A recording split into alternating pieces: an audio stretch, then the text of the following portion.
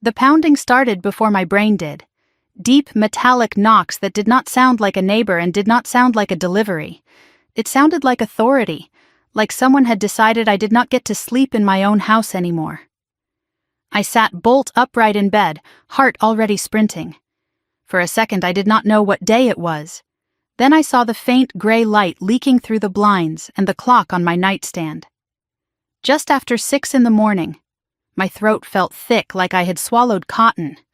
I pulled on a sweatshirt and stepped into the hallway, careful with my footsteps out of habit, like the house might wake up and scold me for existing.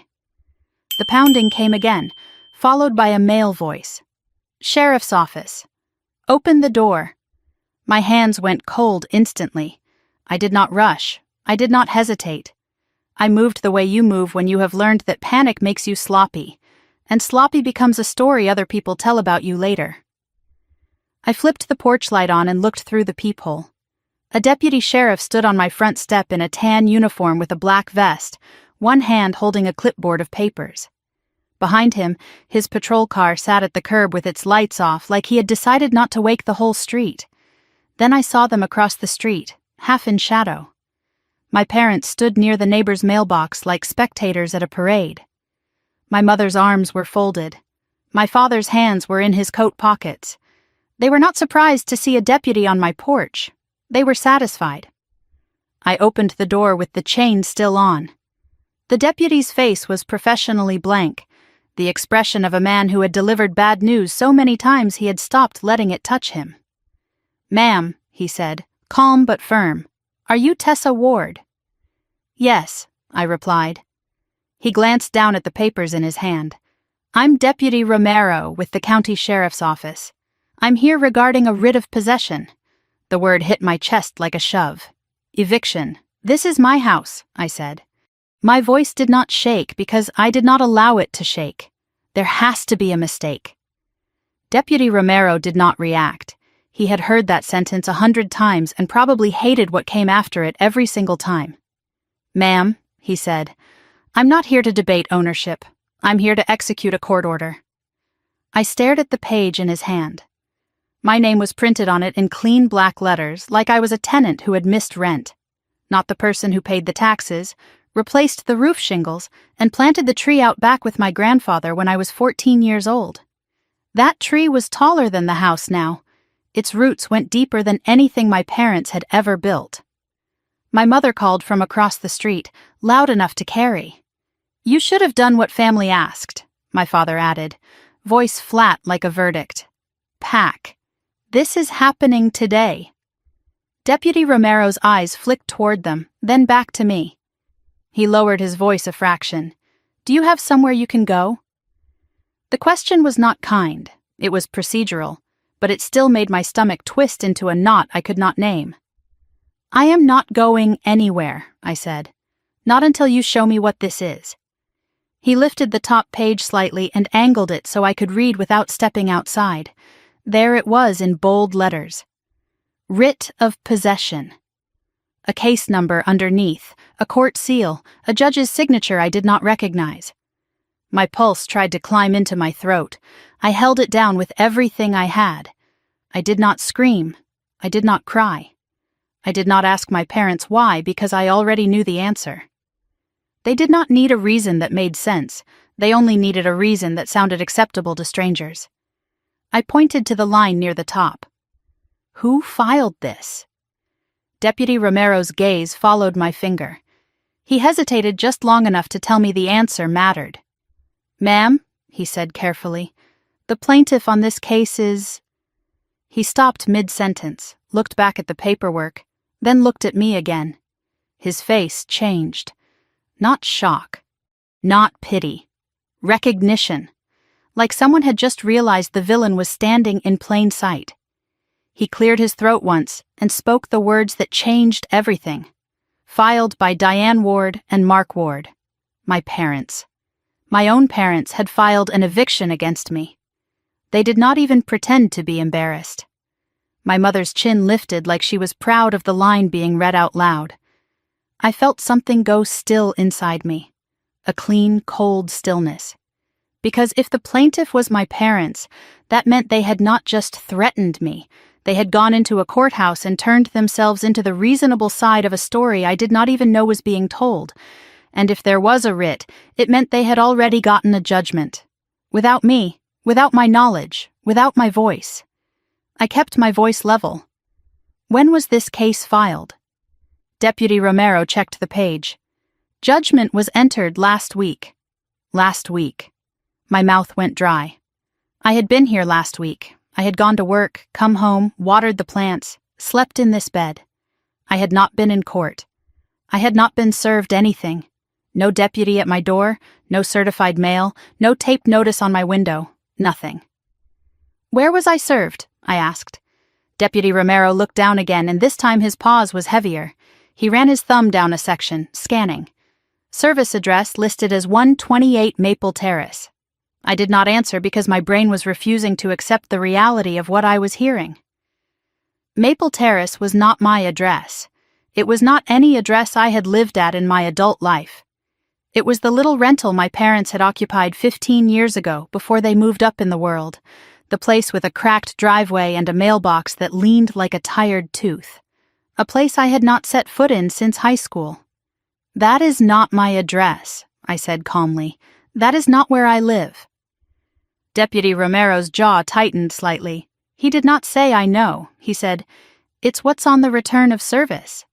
My mother called out again, sweeter now, like she was performing for the deputy. "We tried to do this the easy way, Tessa. You forced us." I did not look at her. I looked at Deputy Romero. "Can you show me the return of service?" He flipped a page back. "Careful. Ma'am, I can show you what I have." He angled it so I could read. A line stating service had been completed, a signature, a date, a time, and a description that made my skin go cold. Substitute service accepted by adult female occupant at Maple Terrace. Adult female occupant, Maple Terrace. My parents had used an address they controlled and claimed someone accepted papers on my behalf, someone who was almost certainly my mother. I slowly looked across the street. My mother stared back at me with a calm, practiced face, like she had already rehearsed how this day would go. And in that moment, I understood the real purpose of the eviction. It was not just to humiliate me. It was to rush me, force me to pack, leave, lose control of the house, make me too scattered to fight in time. Because if I did not get a judge to stop this, a deputy sheriff would legally remove me from the home my grandfather left me, the home where I had learned to ride a bike, where I had cried when my grandmother died, where I had sat on the porch with Grandpa Henry and watched thunderstorms roll in, feeling safer than anywhere else in the world. "This house was my grandfather's," I said to Deputy Romero. "He left it to me."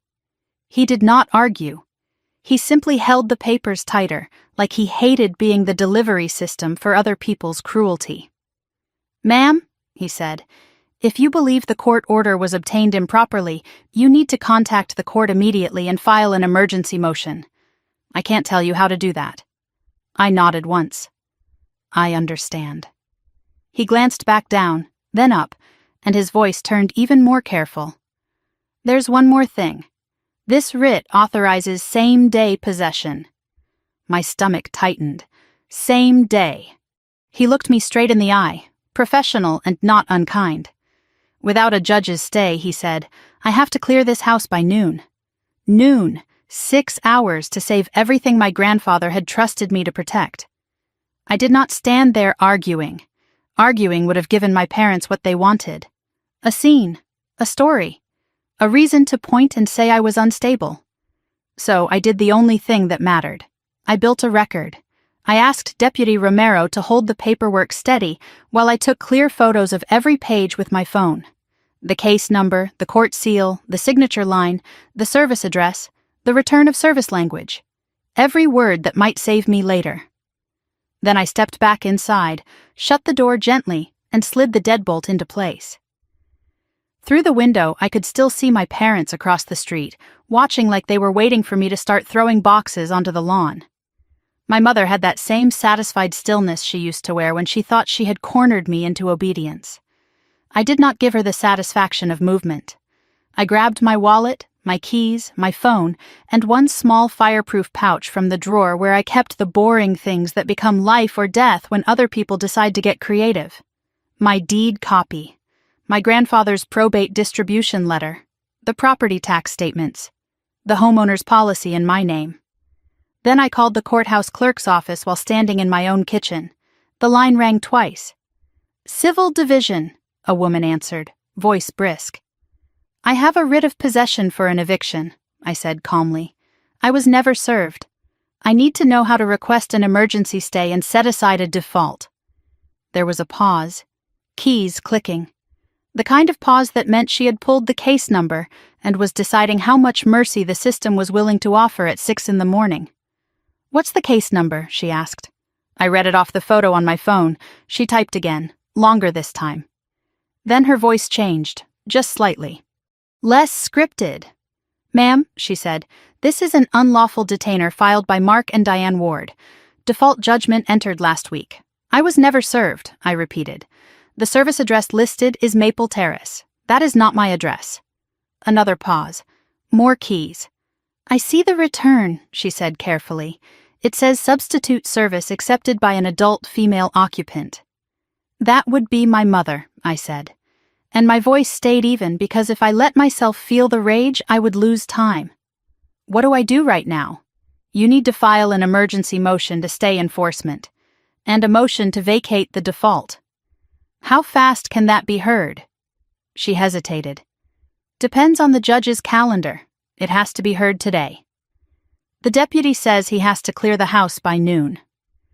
The clerk exhaled quietly, like she did not like what she was about to say but was going to say it anyway.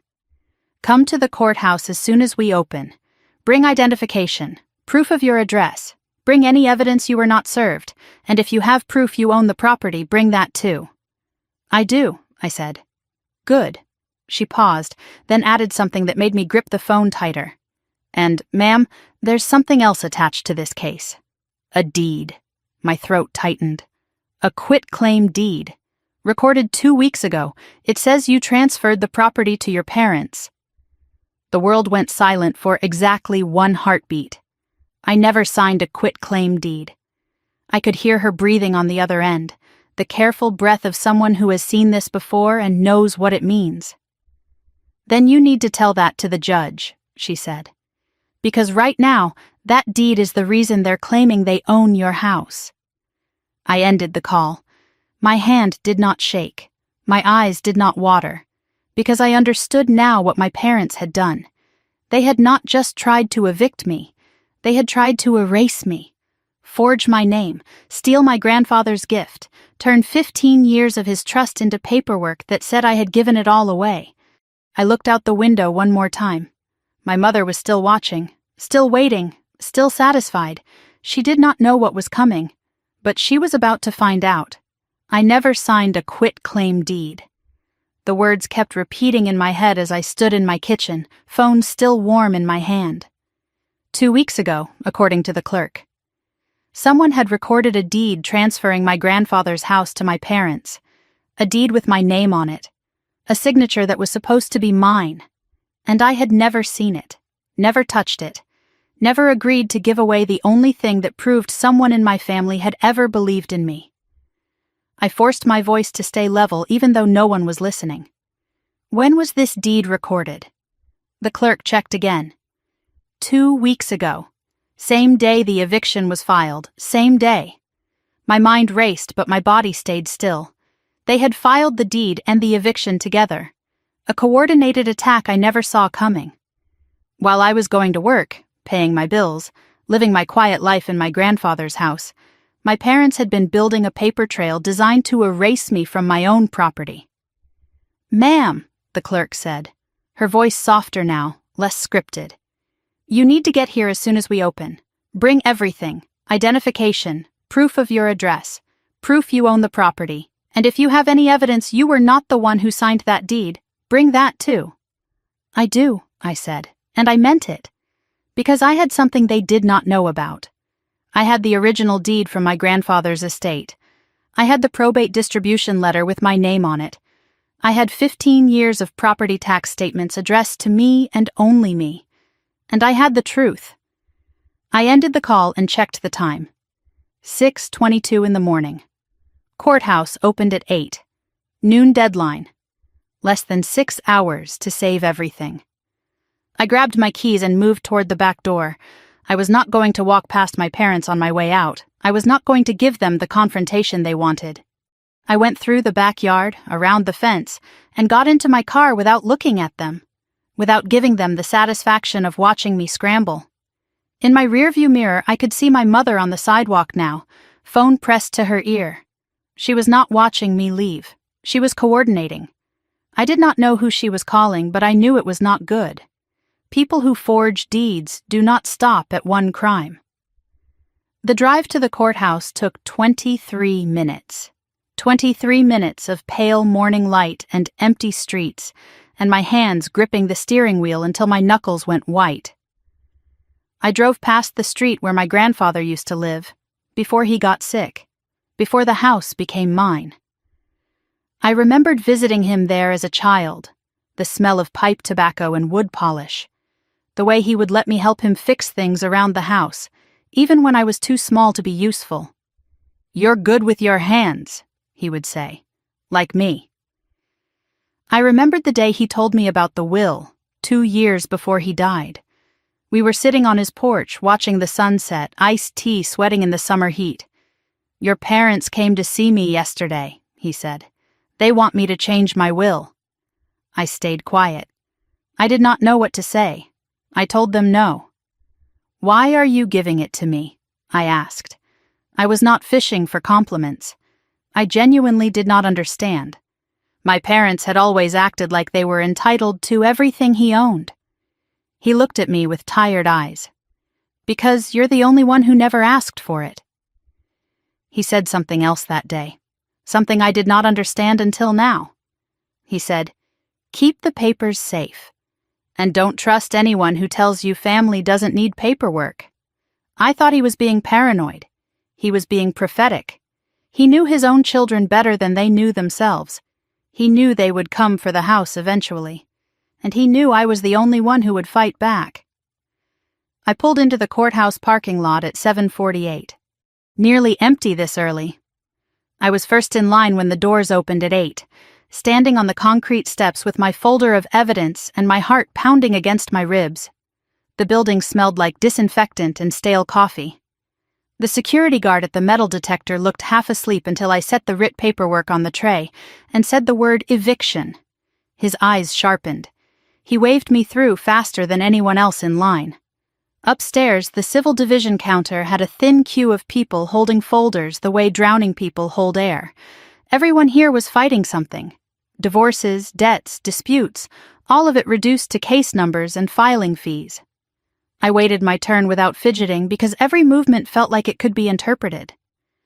I had learned that from childhood. My mother used to say, "You're always so dramatic," even when I was perfectly still. I learned early that my family would use my reactions against me. If I cried, I was too sensitive. If I argued, I was difficult. If I stayed quiet, I was hiding something. So I stopped giving them anything to interpret. I became a closed door. When I reached the window, I slid my ID and the writ photos forward.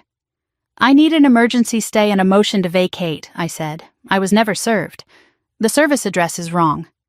The clerk behind the counter was a man with tired eyes and a badge clipped to his collar. He typed my case number and frowned almost immediately. "You're at this address?" he asked, reading from the file. "No," I said. "That address is my parents' old place. I have never lived there as an adult." He clicked again, pulled up a scanned document, and turned his monitor slightly so I could see. A proof of service form, a signature line with a scribble, but the printed name underneath was neat and clear. Diane Ward. My mother had not even bothered to disguise it. She had signed her own name while claiming to accept service on my behalf, like she thought no one would ever look. "She signed for it," I said quietly. "And she is the plaintiff." The clerk's eyebrows rose a fraction. Yes, she accepted service on my behalf at an address I do not live at. He stared at the screen for a beat longer than necessary. Then he did something that told me he was not just going through the motions. He printed the proof of service form and slid it under the glass. "Highlight that," he said, voice low. "It matters." I took the paper with hands that stayed steady because I refused to let the system label me emotional. "I also own the house," I said. And I slid out the deed copy from my fireproof pouch, along with the probate distribution letter. My grandfather's name at the top. My name listed as the sole recipient of the property. The clerk looked at the deed and blinked. Then he typed again. Faster this time. His voice tightened with something that might have been disbelief. "Your parents filed this as landlords. They're claiming you're a tenant holding over." "A tenant?" I repeated, keeping my tone flat. He clicked to another scanned exhibit and turned the monitor again. A one-page rental agreement. My name typed at the top. My parents' names typed under landlord. A signature at the bottom that was supposed to be mine. It was not. It looked like someone had tried to copy my handwriting from an old birthday card and gotten bored halfway through. The loops were wrong. The slant was off. It was a forgery so lazy it almost felt insulting. "They forged it," I said. The clerk did not say yes. Clerks never say yes. But he printed that document too, and slid it under the glass alongside the first one. Then he leaned forward and said something that made my chest loosen just slightly. "If you want the judge to see this today, you need to file your emergency motion now. I can give you the forms and a hearing request slip." He handed me a packet through the slot. Thick, stapled, still warm from the printer. The words, "Emergency motion to stay," sat at the top like a life preserver in a flood. "What judge?" I asked. He checked the docket. "Judge Halprin is assigned. Can I get in front of her this morning?" He hesitated, then glanced over his shoulder toward an interior door that said Judicial Assistant. "I can try," he said, "but you need to understand." "I understand," I said gently. "If I don't get a stay, a deputy clears my house by noon." The clerk nodded once, almost imperceptibly. Then he clicked into the quitclaim deed's digital image, the one my parents claimed I had signed. He zoomed in on the notary block at the bottom. "Can I ask you a question?" "Yes." He tapped the screen with his pen. "Do you know why the notary's commission number looks odd?" My throat tightened. Odd how? He rotated the monitor slightly so I could see. The commission number had one digit crossed out and rewritten. A tiny correction. Almost invisible unless you were trained to notice intake problems. "That correction should have triggered a rejection," he said quietly. But it didn't. It went through. I stared at the screen and felt my anger sharpen into focus. A crossed-out digit in a legal acknowledgement is not a typo. It is an opening. Can you print that image? He nodded once. "Yes. And I'll print the intake metadata too." When he handed me the pages, they were warm and official. Exactly what my parents could not argue with later. I thanked him like he had handed me a weapon I knew how to use. Then I went to fill out my motion. The hallway outside Department 14 was quiet. Wooden bench, fluorescent lights, the smell of old decisions and stale justice. I sat down and filled out the motion with slow, clean handwriting, not rushed, not shaky, every line deliberate. In the section that asked for supporting evidence, I listed exactly what the record already showed. Wrong address. Plaintiff signed service, forged lease, recorded deed in my name, notary commission irregularity. Then I stood and walked to the judicial assistant's window. I slid my packet under the glass. The assistant was a woman in her 40s with reading glasses perched on her nose. She read the first page, then the second. Then her eyes stopped on the proof of service. Her face changed, not dramatic, just alert. "You're saying the plaintiff accepted service on behalf of the defendant?" "Yes," I said. She stared at me for a long second. Then she stood up without another word and disappeared through the door behind her. I waited, hands folded, breathing steady, listening to muffled voices inside the judge's chambers, the sound of papers being moved, a phone ringing somewhere down the hall, the slow tick of the clock on the wall telling me how many minutes I had left before my entire life was cleared out of my grandfather's house. When the door opened again, the assistant returned holding my packet like it had suddenly gotten heavier. She leaned toward the window and spoke quietly. "Judge Halprin will see you." Relief started to bloom in my chest, but then she continued. "But I need to warn you, your parents attached one more document to their filing, and if it's what it looks like, this isn't just an eviction." My stomach tightened. "What document?" The assistant swallowed once. "A deed. A recorded deed that claims the house was transferred back to them." My body went cold. But my face stayed still. "Transferred back to them?" She nodded, eyes cautious. "It's in the court file as an exhibit. You'll see it when you're in front of the judge." I did not argue in the hallway. I did not demand to see it through the glass like a frantic person looking for someone to blame. I simply nodded and said thank you. But inside, I understood what my parents had done. They had not just forged one document. They had built an entire paper trail. A lease to make me look like a tenant. A quit-claim deed to make them look like owners. A service return to make sure I never got the chance to fight back. Layer after layer of lies stacked on top of each other like bricks in a wall designed to bury me. And in less than an hour, I was going to have to tear that wall apart in front of a judge.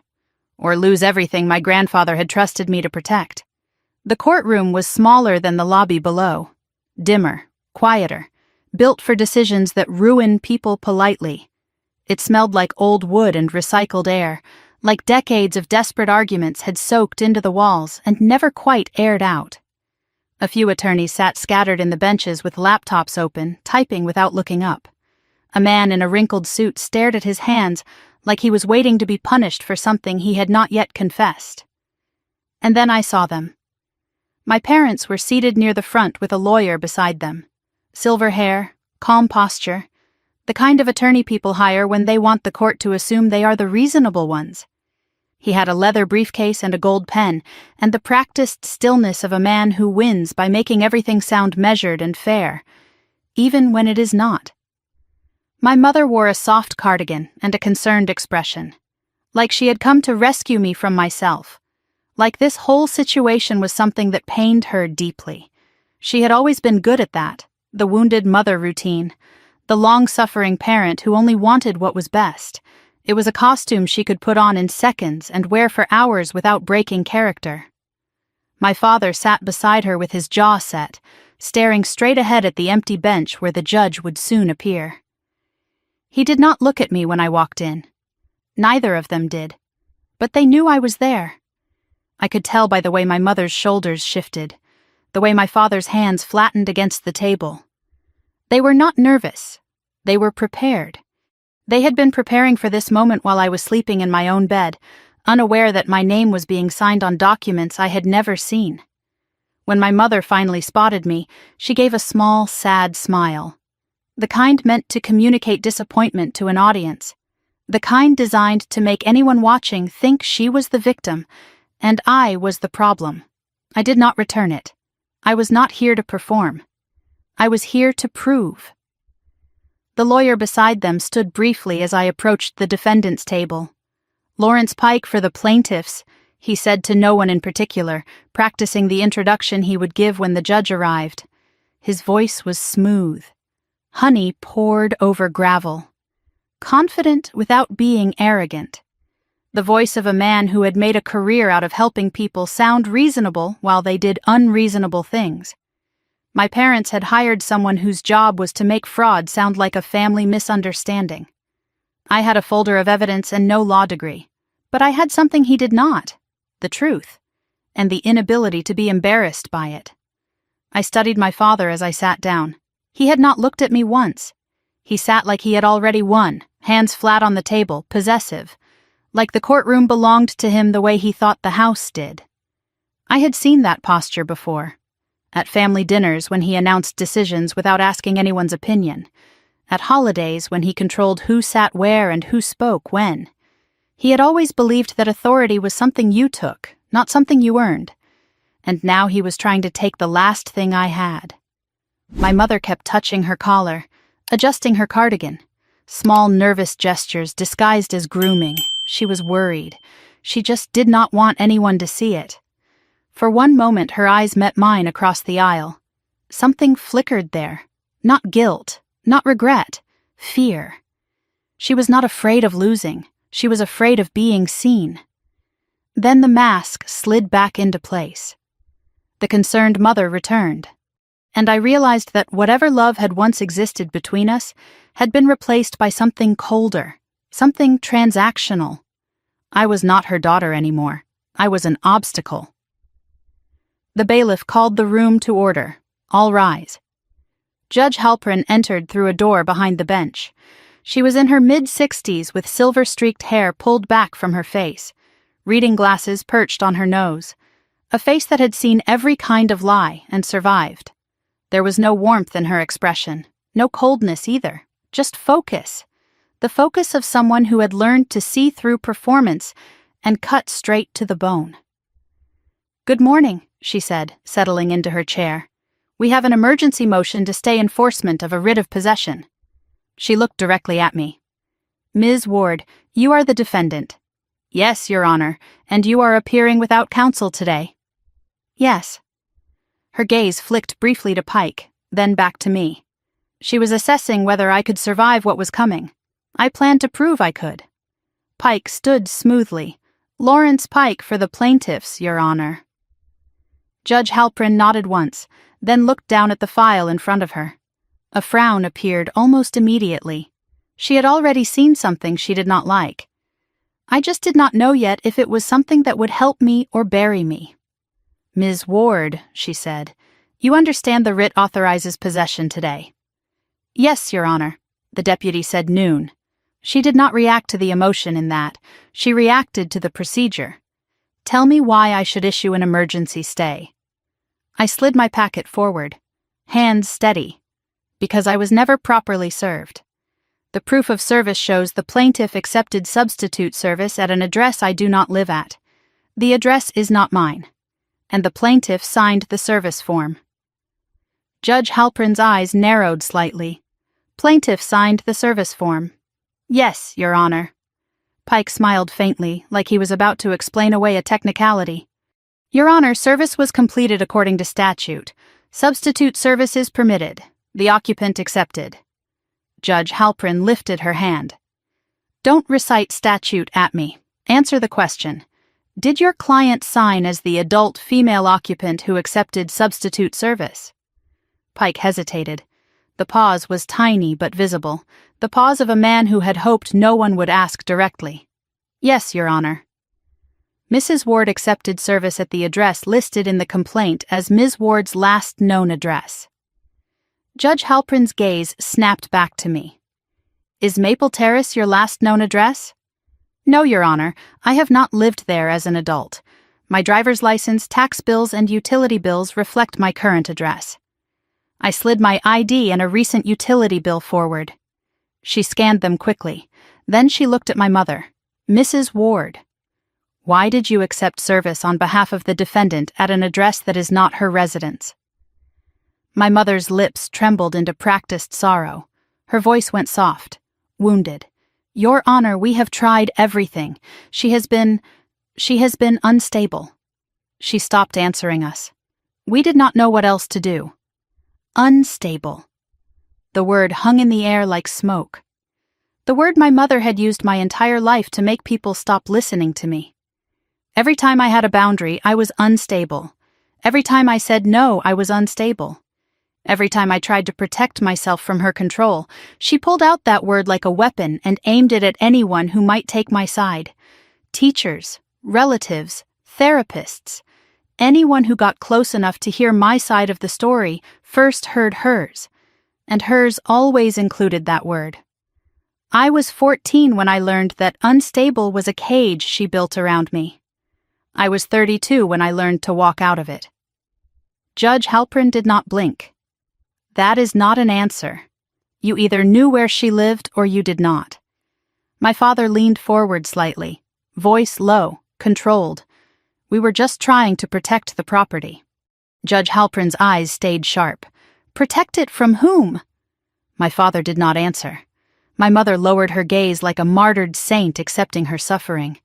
The performance was flawless and completely transparent to anyone who was actually paying attention. Pike stepped in fast, urgency creeping into his polished tone. Your Honor, the plaintiffs own the home. They had to recover possession. The defendant has been refusing to leave. Judge Halprin's gaze turned to him. Her voice tightened. I have reviewed the exhibits. One of them is a deed. My throat tightened. The deed. The forged quit claim. It was about to enter the record. Judge Halprin lifted a single page from the file and held it up so both sides could see. Exhibit C is a recorded quit-claim deed purporting to transfer the property from Tessa Ward to Mark and Diane Ward. Recorded 2 weeks ago. My mother inhaled softly. The performance of surprise. My father's face stayed flat, like he thought stillness would protect him from scrutiny. Judge Halprin looked directly at me.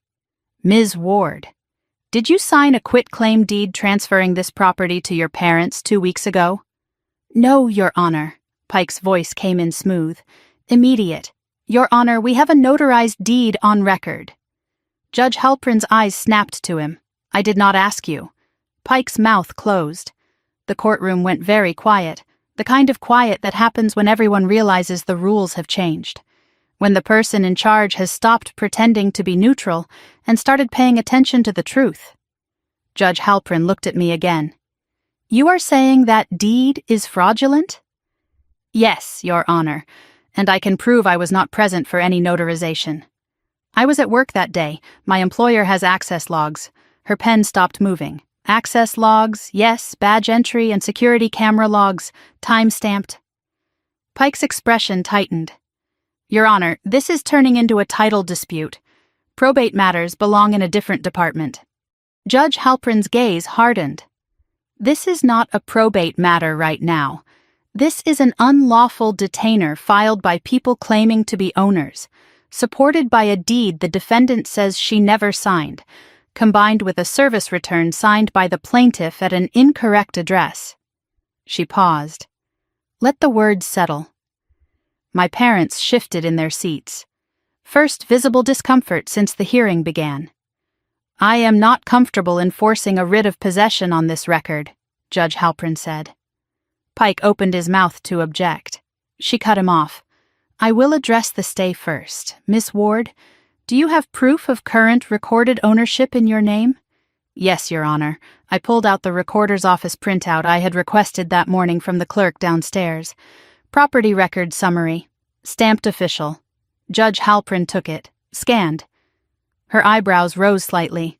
It shows the property was distributed to you through your grandfather's estate, recorded last year. Then it shows a quitclaim deed 2 weeks ago transferring it to your parents. She looked at me again. And you are denying you signed that quitclaim? Yes. Judge Halprin leaned back slightly and stared at the deed exhibit. Then she looked at the notary block at the bottom of the page. Her eyes narrowed. She studied it for a long moment. Then she tapped the notary commission number with her pen. Mr. Pike. Pike stood too quickly. Your Honor, whose notary is this?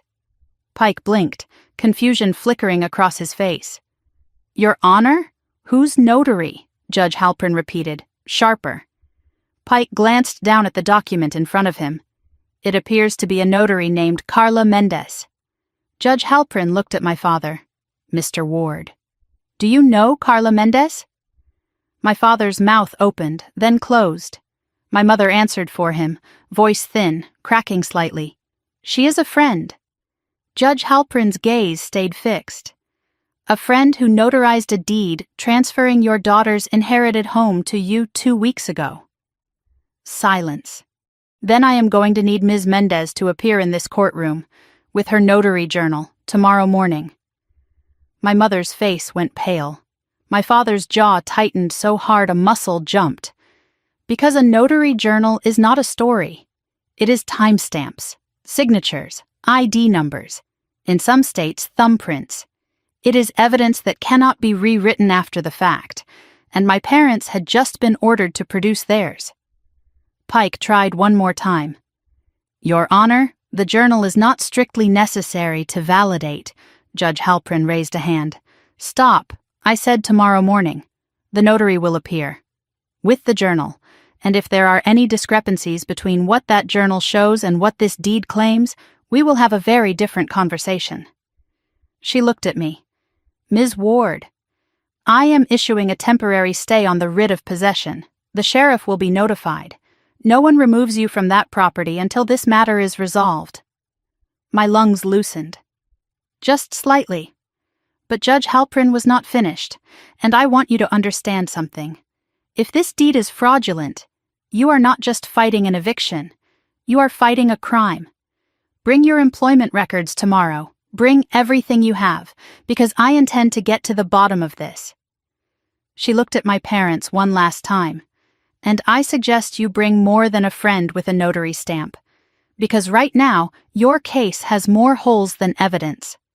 And I do not like being lied to in my courtroom. She stood. The bailiff called the room to rise, and as Judge Halprin disappeared through the door behind the bench, I felt something shift inside me. Not victory, not yet, but the first real crack in the wall my parents had built. And tomorrow I was going to tear the rest of it down. The stay was issued with a single sentence. Judge Halprin did not raise her voice. She did not make a speech. She simply said the words that meant my parents could not take my house today. I am issuing an emergency stay of the writ of possession, effective immediately. Notify the sheriff's civil unit. My lungs loosened in a quiet, controlled exhale. Not relief, not yet. But the first crack in the wall my parents had built around me. The first sign that the system might actually work when you gave it evidence instead of excuses. Judge Halprin continued, her voice crisp and efficient. This stay is pending a hearing on the motion to vacate default and a referral for potential fraud regarding the deed. My mother made a sound, half gasp, half something else. Not grief, recognition. The sound of someone realizing the performance is over and the audience has seen backstage. Your Honor, my mother began, her voice climbing toward that wounded pitch she used when she wanted sympathy. Stop. One word. Final. I had never seen anyone silence her that fast. I had spent 32 years trying. You do not get to speak now, Judge Halprin said. Her eyes stayed fixed on my mother with the cold patience of someone who had heard every excuse and believed none of them. She turned to me. Ms. Ward, I need you to understand something. If this deed is fraudulent, you need more than an eviction stay. You need to protect the title immediately. I know, Your Honor. She nodded once. Good. This court is ordering that the county recorder be notified of a potential fraudulent conveyance. Pike's face went pale. The color drained from his expensive tan like someone had pulled a plug. He opened his mouth to object, but Judge Halprin was not finished. And I want the notary to appear in person with her journal. My father's jaw tightened so hard a muscle jumped beneath the skin. First real movement since the hearing began. He was not angry at the judge. He was angry at himself, because he had just realized they had left a trail of timestamps and signatures and ID numbers that could not be rewritten after the fact. Hearing set for tomorrow morning, Judge Halprin said. Ms. Ward, bring your employment access logs. Plaintiffs will bring the notary and the original deed. If anyone fails to appear, there will be consequences. My mother's lips parted. For the first time, the concerned mask looked like what it was. Fear. Not fear of losing. Fear of being caught. Fear of what would happen when someone finally pulled back the curtain and saw the machinery underneath. The hearing ended with paperwork and stamps and the kind of silence that only comes after people realize the system is no longer on their side. The bailiff handed Pike the stay order to distribute. I took my copy and folded it carefully. This paper was a shield now. The first real protection I had held in my hand since a deputy pounded on my door at 6 a.m. I walked out without looking at my parents. I could hear Pike speaking to them in quick, low sentences, trying to get them out of the building before someone decided to ask more questions. But I did not care about their exit strategy. I cared about my own. I was halfway down the hallway when I heard footsteps behind me. Faster than normal. My mother's voice came low and urgent, stripped of its sweetness. "You think this ends it?" I did not stop walking. She caught up to me, her heels clicking sharp against the tile floor. "You do not understand what you just started." I kept my pace steady. "I understand perfectly. You forged a deed. You lied to a court. And now there is a record." She grabbed my arm. First physical contact in years. Her fingers dug in with a desperation I had never felt from her before. That house was supposed to stay in the family. I stopped, turned, looked at her hand on my arm. Then I looked at her face. The mask was completely gone now. Underneath was something I had seen glimpses of my whole life but never fully. Rage, entitlement, the absolute certainty that she deserved what she wanted, regardless of who it belonged to, regardless of who it hurt. That was the woman who raised me. That was the woman the court was finally seeing. "It did stay in the family," I said quietly. "Grandpa made sure of it." I pulled my arm free. My father stood 20 feet back, watching but not approaching. He had always let her do the dirty work. Then he would step in later to seem reasonable. But there was nothing reasonable about forging your daughter's signature. And he knew it. "We will see you in court tomorrow," I said. And I walked out into the sunlight without giving them another word. The drive home took longer than it should have. I took back roads, watching my mirrors, making sure no one was following. Paranoia, maybe. But paranoia felt appropriate when your parents had just tried to steal your house with forged documents. My hands finally shook once I was alone in the car. I gripped the steering wheel until my knuckles went white, breathed in through my nose, out through my mouth. I gave myself 60 seconds to fall apart. Then I put myself back together. I drove past the street where my grandfather used to live, before he got sick, before the house became mine. I remembered visiting him there as a child, the smell of pipe tobacco and wood polish, the way he would let me help him fix things around the house. "You are good with your hands," he would say, like me. I remembered a conversation we had 2 years before he died, sitting on his porch, watching the sunset. "Your parents came to see me yesterday," he said. "They want me to change my will." I stayed quiet. I told them no. He took a sip of his iced tea. "They said I was being unfair to the family." "Why are you giving it to me?" I asked. He looked at me with tired eyes. "Because you are the only one who never asked for it." He said something else that day, something I did not understand until now. He said, "Keep the papers safe. And do not trust anyone who tells you family does not need paperwork." I thought he was being paranoid. He was being prophetic. He knew his own children better than they knew themselves. He knew they would come for the house eventually. And he knew I was the only one who would fight back. I pulled into my driveway and sat in the car for a moment. The house looked the same. Same windows, same door, same porch where Deputy Romero had stood this morning holding papers that were supposed to end my life here. But it looked different now. I was not coming home. I was coming to defend what was mine. Inside, I locked the door behind me, slid the deadbolt, checked the back door, the windows, all the entry points. Not because I thought they would break in. Because I had learned that people who forge documents do not stop at one crime. I walked through the house, checking each room. Everything was in place, but something felt different. The air, maybe, or the silence. Then I saw it, a small envelope on the kitchen counter. I had not left an envelope on the counter. Someone had been inside while I was at court. My heart rate spiked. I opened it with careful fingers. Inside was a single photograph, my grandfather's gravestone. On the back, handwritten in neat block letters, "He cannot protect you anymore." My hands did not shake. They went still, cold, focused. Because this was not grief. This was evidence. I photographed the envelope, the note, the image. documented the location where I found it. Checked for other signs of entry but found nothing else disturbed. They had come in, left their message, and left. A warning, a threat, a reminder that they could reach me anywhere. I sat at the kitchen table and called my employer's security office. The line picked up on the second ring. "Security," a man answered. "This is Tessa Ward. I need badge access logs for 2 weeks ago, the entire day of the 13th. There was a pause. Why? Because a deed was filed claiming I signed it in front of a notary that day, and I need to document where I was. The tone on the other end shifted instantly. Understood. I will need an email request and a case number if there is one. I have one. I gave him the case number. He did not ask if I was okay. He did not need to. He said, "We will pull badge entries and parking gate logs. If the cameras still have footage, we will preserve it." Preserve. That word felt like protection, like someone else understood that documentation was the only language that mattered when people started lying. I ended the call and looked out my front window.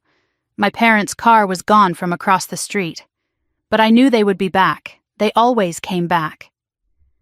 An hour later, my phone buzzed with a text. Unknown number. One sentence on the screen. "If you show up tomorrow, you will lose more than a house." My skin went cold. Not because I was scared, because threats meant they knew what was coming, and they did not think they could stop it cleanly. Desperate people do not send threats. They send solutions. Threats mean they have run out of solutions. I did not reply. I screenshotted the message, saved it to a folder labeled with the case number, forwarded it to myself with the subject line. Threat received night before hearing. Documentation is not revenge. It is insurance. I spent the evening building what I came to think of as the evidence wall. Kitchen table covered with documents, each one organized by category. The deed from my grandfather's estate, the forged quitclaim deed with the crossed-out notary number, the proof of service signed by my mother at the wrong address, the forged rental agreement, the property tax statements in my name, the utility bills, the photographs of the envelope and gravestone threat. Everything laid out in order, everything labeled, everything ready. I knew what I had. I also knew what I did not have. The notary's journal, that was the key. A notary journal has timestamps, signatures, ID numbers. In some states, thumbprints. If Carla Mendez had actually followed procedure, her journal would show she had never seen me. And if she had not followed procedure, that was a crime all by itself. The question was whether my parents would sacrifice their friend to save themselves, or whether Carla Mendez would walk into that courtroom and tell the truth. I did not know, but I knew one thing. People who lie for money usually stop lying when the cost gets too high. And tomorrow, the cost was going to get very high indeed. I forced myself to go to bed around 11, not peacefully, not easily, but exhaustion makes you careless. And my parents had built their entire plan around me being too tired, too shocked, too alone to fight. Tomorrow I would prove them wrong. I was drifting toward sleep when I heard it. A car door closing outside. Then another. Footsteps on the front walk. The doorbell rang once. Then again. I did not move from bed. I opened my phone camera and started recording audio. Captured the timestamp. My mother's voice came through the door, muffled but clear. "Tessa, open the door. Pause. We can still fix this. Just sign the papers and this all goes away." My father's voice followed. Lower. Colder. "You have until morning to make the right choice." After that, we stopped being nice.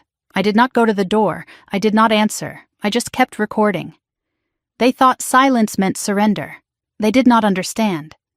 Silence was my weapon now. Footsteps retreated. Car doors closed.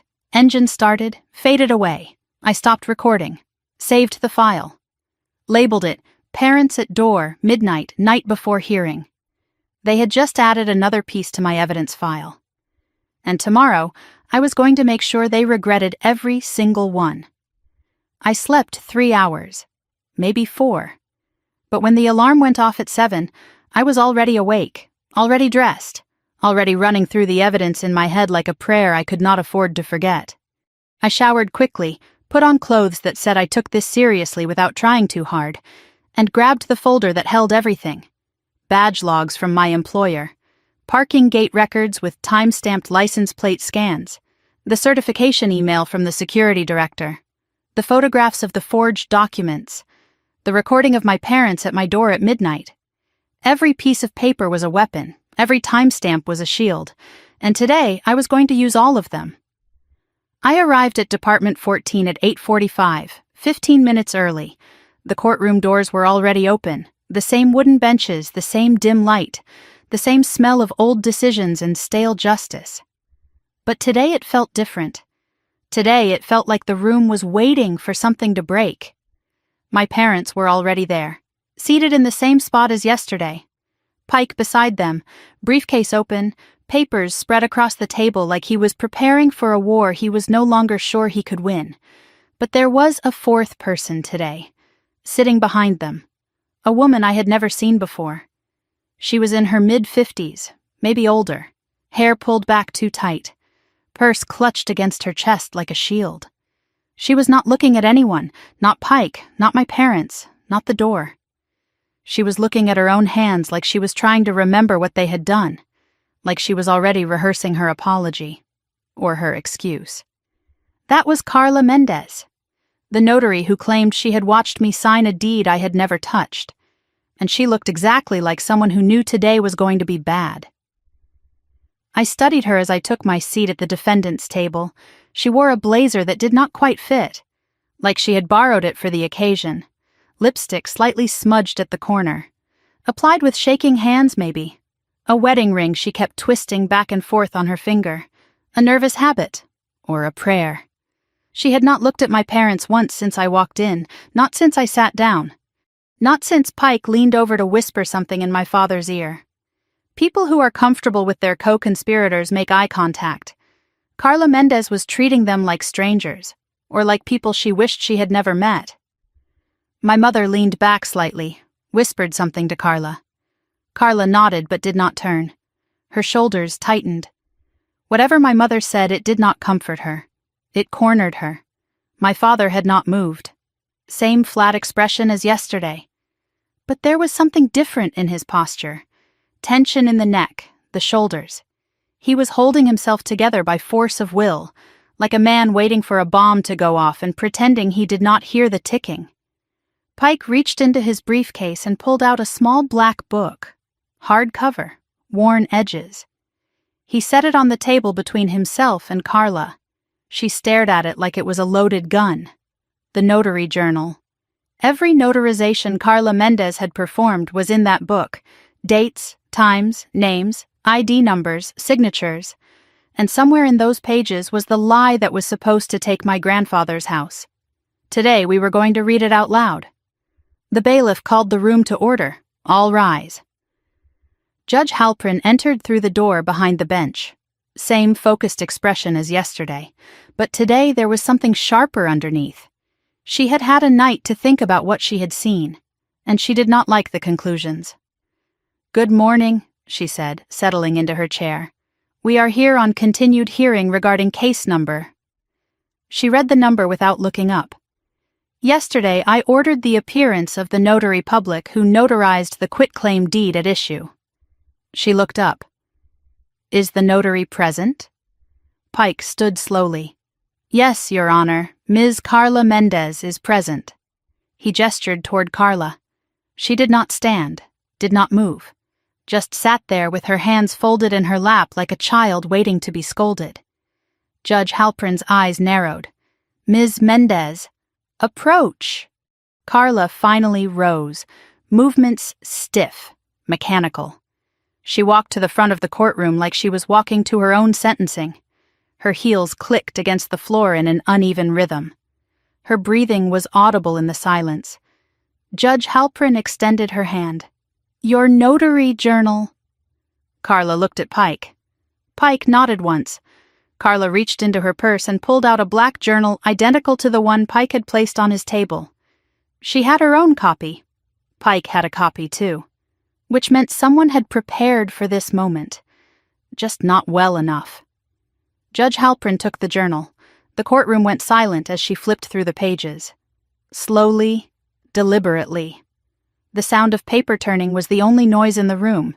Each page was a record. Each record was supposed to be true. We were about to find out if any of them were. Judge Halprin stopped, finger on a specific line. Her expression did not change, but something in her stillness told me she had found what she was looking for. Ms. Mendez, is this the entry for the notarization in question? Carla swallowed. Yes, Your Honor, Judge Halprin read aloud, slowly, deliberately, each word measured and precise. Entry dated the 13th of last month. Document type, quit-claim deed. Signer, Tessa Ward. Identification, driver's license. She paused. License number ending in 931. My heart stopped for exactly one beat. Then restarted harder. 931. My license does not end in 931. It ends in 617. And I had told the court that yesterday. Judge Halprin looked up from the journal. Her eyes moved from the page to me. Ms. Ward, what are the last 3 digits of your driver's license number? I answered without hesitation. 617, Your Honor. The courtroom went still. The kind of still that happens when everyone realizes something has gone very wrong. Or very right, depending on which side of the lie you were standing on. Judge Halprin looked at Carla. Her voice dropped half a register. Ms. Mendez, the journal entry does not match the defendant's actual license number. Explain. Carla's lips parted, closed again. Her eyes flicked to Pike. Pike's expression was frozen. No help coming from that direction. Carla's voice came out thin, reedy. It could be a clerical error, Your Honor? A clerical error? Judge Halprin repeated the words without inflection. You are telling me you verified identification, recorded the wrong number, and did not notice? Carla did not answer. Her silence was louder than any confession. Judge Halprin opened the journal to another section, the signature line. This is the signature you claim to have witnessed? She held up the page so everyone could see. A scribble that looked nothing like my handwriting, nothing like the clean, consistent signature on every document I had ever signed. Judge Halprin pulled out my court filings from yesterday. My emergency motion, my signature at the bottom, she held them side by side. Ms. Mendez, do these signatures look the same to you? Carla's breaking point arrived. Her voice cracked. Tears started to form in her eyes. Your Honor, I just did what I was asked to do. The courtroom fell completely silent. Judge Halprin's eyes narrowed. What you were asked to do? By whom? Carla's gaze darted toward the plaintiff's table, just for a second. But everyone saw it. My mother. My father. The people who had asked her to lie. Pike stood quickly, voice cracking with urgency. Your Honor, my client would like to request a brief recess. Judge Halprin did not even look at him. Denied. Pike sat back down. The color had drained from his face. He was a man who had finally understood what he had been defending. And he did not like the view. Judge Halprin turned back to me. Ms. Ward, you stated yesterday that you have employment records proving your whereabouts on the 13th. Yes, Your Honor. Present them. I stood.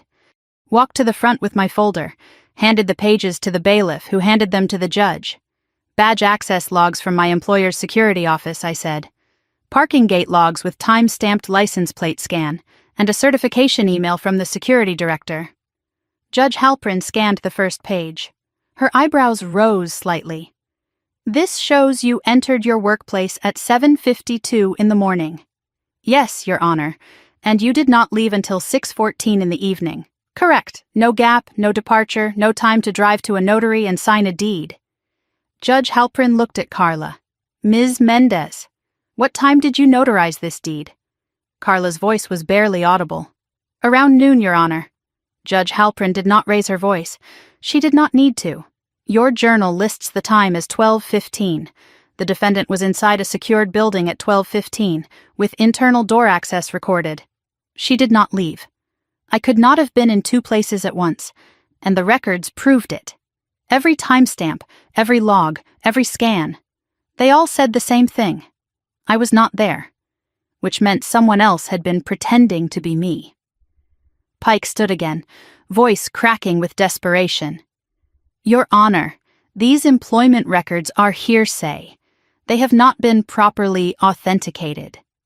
Judge Halpern looked at him with the patience of someone explaining gravity to a child. They are certified by the security director, and your notary journal has an incorrect driver's license number. Which record do you think I find more credible? Pike opened his mouth, closed it. I had seen lawyers lose arguments before. I had never seen one realize he was standing next to criminals. That was what his face looked like, the face of a man who finally understood the company he was keeping. My mother was not crying anymore. She was frozen. The cardigan looked ridiculous now, a costume for a play that was closing early. My father stared straight ahead, but his hands were gripping the table edge, white-knuckled, like he was holding on to the last shred of a plan that had already fallen apart. Carla's tears were streaming down her face now, not performance tears, the real kind, the kind that come when you realize the lie is too big to carry anymore, and you are about to drop it in front of everyone. Judge Halpern set down the journal, set down the employment logs, folded her hands, looked directly at Carla Mendez. Ms. Mendez, I am going to ask you one last time, and I want you to think very carefully about your answer, because your notary commission and potentially your freedom depends on it. The courtroom went completely silent. Carla's shoulders shook. Her eyes darted to my parents one more time. My mother shook her head. Tiny, desperate, a silent command to keep the lie alive. My father did not move at all. He had already started calculating the distance between himself and the disaster unfolding in front of him. Judge Halpern spoke, her voice calm, final. Did you witness Tessa Ward sign this deed? Carla's mouth trembled. Her hands clutched the witness stand railing. The tears fell faster now. She looked at my parents.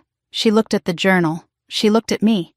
And I saw the moment she decided, not to protect them, not to save herself, but to finally, after all of it, tell the truth. She opened her mouth to answer, and the word that came out changed everything. No.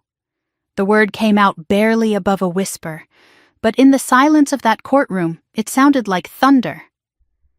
Carla Mendez stood at the witness stand, with tears streaming down her face, and her hands gripping the railing so hard her knuckles had gone white.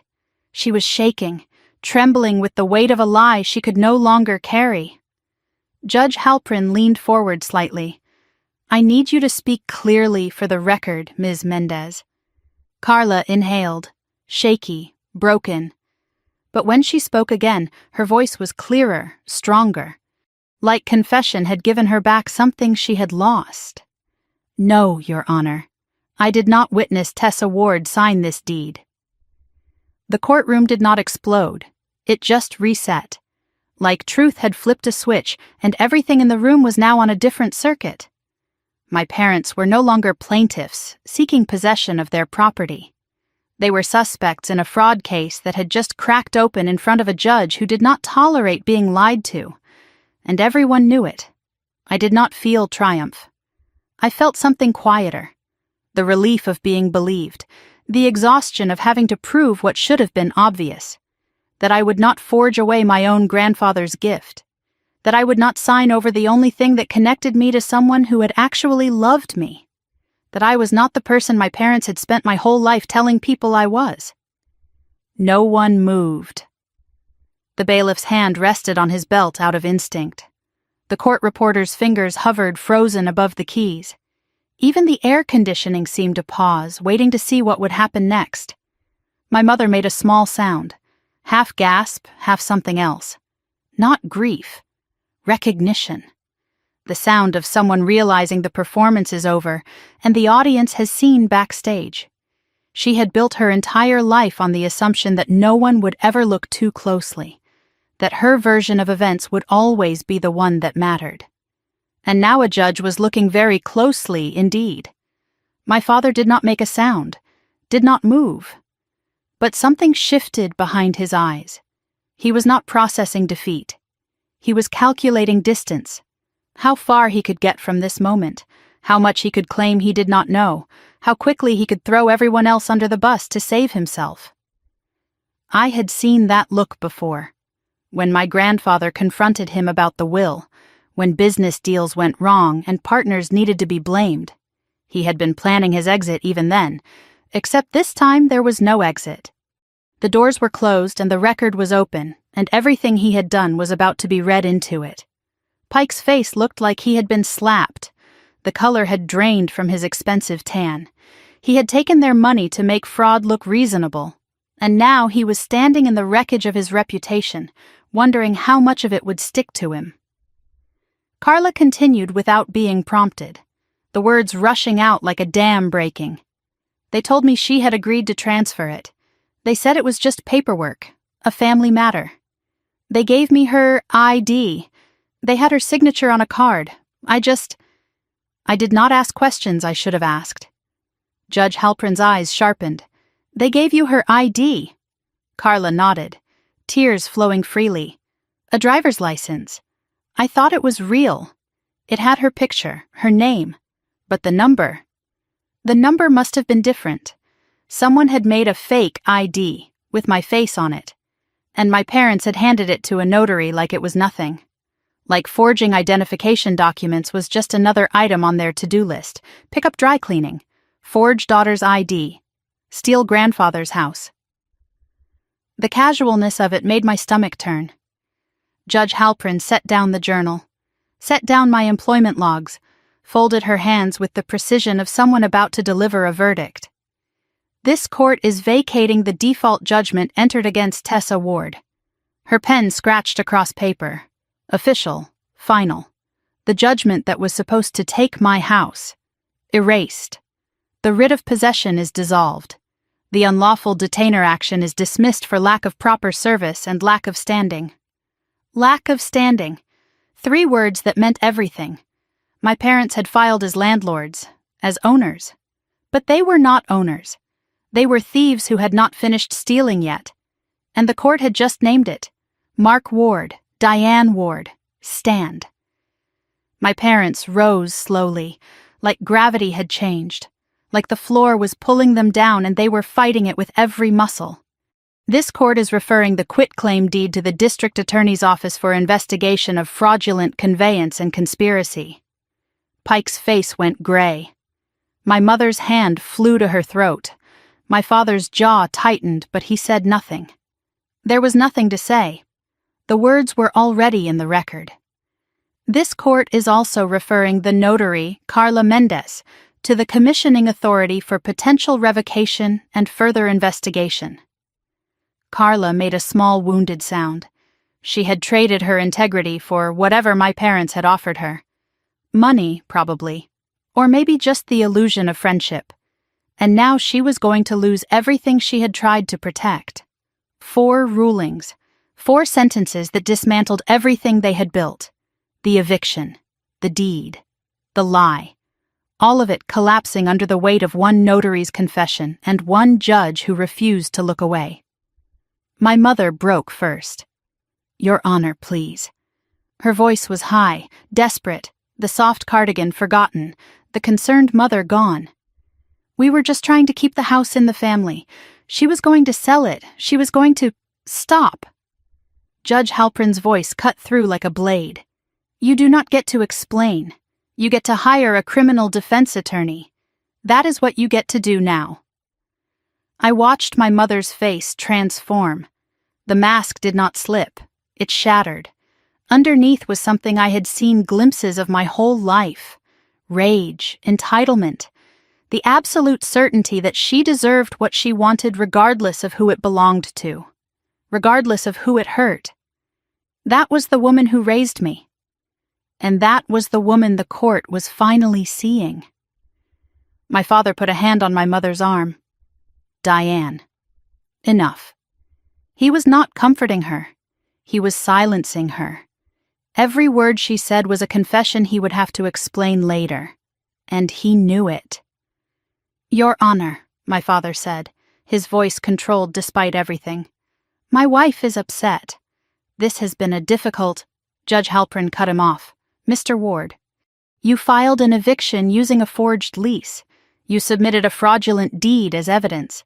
You arranged for a notary to verify a signature she never witnessed. This is not a difficult situation.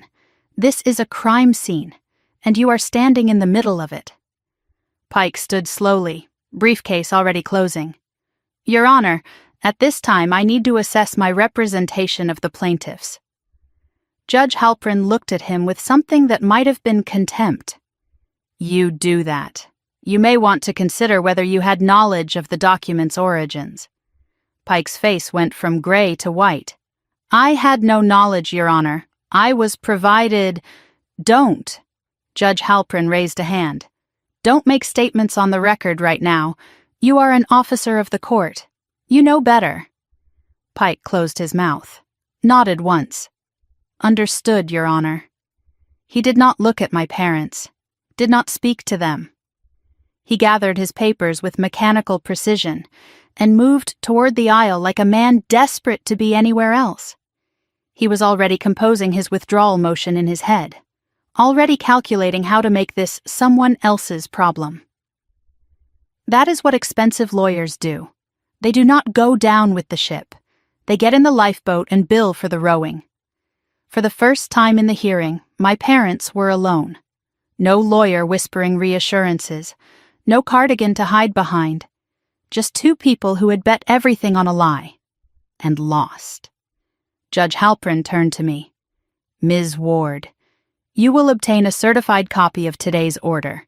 Record it with the county recorder immediately. File a title correction through the proper civil channel. Yes, Your Honor.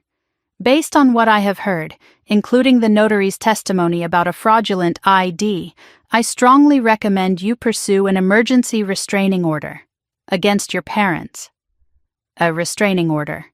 Against the people who gave me life. Against the mother who used to braid my hair. Against the father who taught me to ride a bike. Before they became the people who forged my name. Before they became strangers wearing familiar faces. I nodded. Because protection mattered more than sentiment, and they had proven they could not be trusted with access to my life.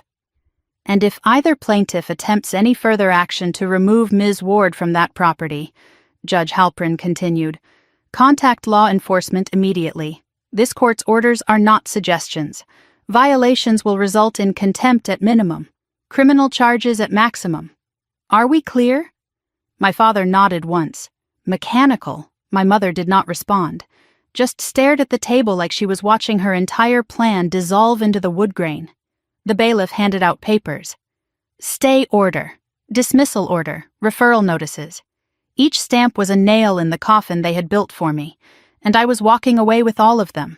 I took my copies from the bailiff, folded them carefully, placed them in my folder, did not look at my parents, walked toward the door. Tessa, my mother's voice. Not a whisper this time. Loud enough for the whole courtroom. Tessa, please, we can work this out. We are family. I stopped. Hand on the door. Did not turn around. You stopped being my family when you forged my name. I kept my voice steady. You stopped being my family when you lied to a judge. You stopped being my family when you tried to steal what Grandpa left me. I paused. Let the silence stretch. We are not family anymore. We are a court case. I pushed through the door and walked into the hallway without looking back. The air was cooler out here. Quieter. I had won. Or at least I had survived. The eviction was dead. The deed was flagged. The truth was on the record. But walking away from your parents in a courthouse does not feel like victory. It feels like surgery. Necessary, painful, and permanent. Outside, the sunlight hit my face. Same sun as yesterday. Same world. But I was not the same person who had walked in. I was someone who had learned exactly how far her parents would go, and exactly how far she would go to stop them. I reached my car in the parking garage, unlocked it, sat behind the wheel, did not start the engine yet. Just sat there in the silence, processing. The eviction was over. The deed was being investigated. The notary had confessed. But one thing kept circling in my mind. One detail that did not fit. Carla said they gave her an ID, a driver's license with my face, my name. But a different number. Someone had to make that ID. Someone had to get my photograph. Someone had to know enough about me to create a convincing forgery. My parents were many things, manipulative, entitled, cruel. But they were not technical. They did not know how to forge documents. They did not have access to the kind of equipment that makes fake IDs, which meant someone helped them, someone I had not seen in that courtroom. My phone buzzed. Unknown number again. New message. You won the hearing. Congratulations. But you have not found everyone yet, and you should probably ask your parents about their friend Gerald. Before he asks about you. Gerald. I did not know anyone named Gerald. But apparently he knew me, and apparently he was not finished. I stared at the message for a long moment. Then I screenshotted it, saved it to my evidence folder. Because whoever Gerald was, he had just made himself part of the case, and I was going to find out exactly what he had done. The courtroom battle was over. But something else was just beginning. Something that went deeper than forged deeds and fake leases. Something that had been hiding in the shadows while I fought the enemies I could see. Gerald. I was going to find him, and when I did, he was going to answer for everything. Gerald. The name sat in my mind like a splinter I could not reach. I did not know anyone named Gerald. I had never heard my parents mention a Gerald. But someone with that name had sent me a message that suggested he knew exactly what had happened in that courtroom, and he wanted me to know he was watching. I sat in my car in the courthouse parking garage for 10 minutes after receiving that text, thinking, processing, trying to understand what I was missing. My parents had forged documents. They had hired a notary to lie. They had created a fake ID with my face and a wrong license number. But none of that explained Gerald. None of that explained how someone I had never met knew enough about me to send threatening messages. Unless Gerald was not a stranger at all. Unless he was the missing piece I had not known to look for. I drove straight to the county recorder's office. The stay order needed to be recorded immediately. Judge Halprin had been clear about that. Protect the title. Make sure no one could file any more fraudulent documents against my property while the investigation was ongoing. The recorder's office was on the 3rd floor of a building that smelled like old paper and bureaucratic patience. I took a number and waited in a plastic chair surrounded by people holding documents that would change their lives. Marriage certificates, property transfers, lien releases. All of it reduced to stamps and filing fees, and the indifferent efficiency of government workers who had seen it all before. When my number was called, I approached the counter and slid my paperwork forward. The clerk was a woman in her 30s with sharp eyes and efficient hands. She scanned the stay order, the dismissal, the fraud referral notice. Her eyebrows rose slightly when she saw the case number. "You were here yesterday," she said. "Filed a fraud alert on this parcel." "Yes." She typed something into her computer, pulled up my property record. Looked at the screen for a long moment. "The quit-claim deed is still showing as recorded," she said. "The fraud alert flags it for review, but it does not remove it from the chain of title. You will need a court order to actually void the deed." "I know. That is what the DA investigation is for." She nodded, stamped my documents, recorded them into the system. Then she did something unexpected. She leaned forward slightly and lowered her voice. "I looked at this deed yesterday after you left. The notary acknowledgement. What about it?" She glanced around to make sure no one was listening. "The commission number, with the crossed-out digit." I remembered. The clerk from Civil Division had shown me the same thing. A tiny correction that should have triggered a rejection, but somehow went through. "I ran the number," she said quietly. "The original number, before the correction. It belongs to a notary named Gerald Hoffman. The corrected number belongs to Carla Mendez." My breath caught. "Gerald." She saw my reaction. "You know that name?" I just received a text mentioning someone named Gerald. I thought it was a first name. Gerald Hoffman, she said. He was a notary in this county until about 10 years ago. His commission was revoked for falsifying documents. I stared at her. He was a notary? Was. The state pulled his commission after he got caught notarizing signatures he never witnessed. Sound familiar? It sounded exactly like what Carla Mendez had just confessed to doing, except Gerald Hoffman had been caught and punished. And apparently, he had not stopped working. Do you have an address for him? I asked. She shook her head. That information would not be public anymore. His commission file is sealed since the revocation, but he is connected to this deed somehow. His old commission number was on the document before it was corrected. She held my gaze for a moment. I cannot tell you what to do with that information, but if I were you, I would want to know why a revoked notary's number appeared on a forged deed, and why someone corrected it to a different notary before filing. I thanked her and walked out of the recorder's office with my mind racing. Gerald Hoffman, a disgraced notary with a revoked commission. Someone who knew how to forge documents because he had been caught doing it before. Someone whose commission number had been on my deed before it was changed to Carla Mendez. That was not a coincidence. That was a connection. I drove home and locked myself inside, opened my laptop, started searching. Gerald Hoffman was not hard to find once I knew what I was looking for. Public records showed a bankruptcy filing 8 years ago, a foreclosure on a property in Ridgewood 5 years after that, a string of civil judgments for unpaid debts, the portrait of a man whose life had collapsed after losing his notary commission, a man who might be desperate enough to help people forge documents for money.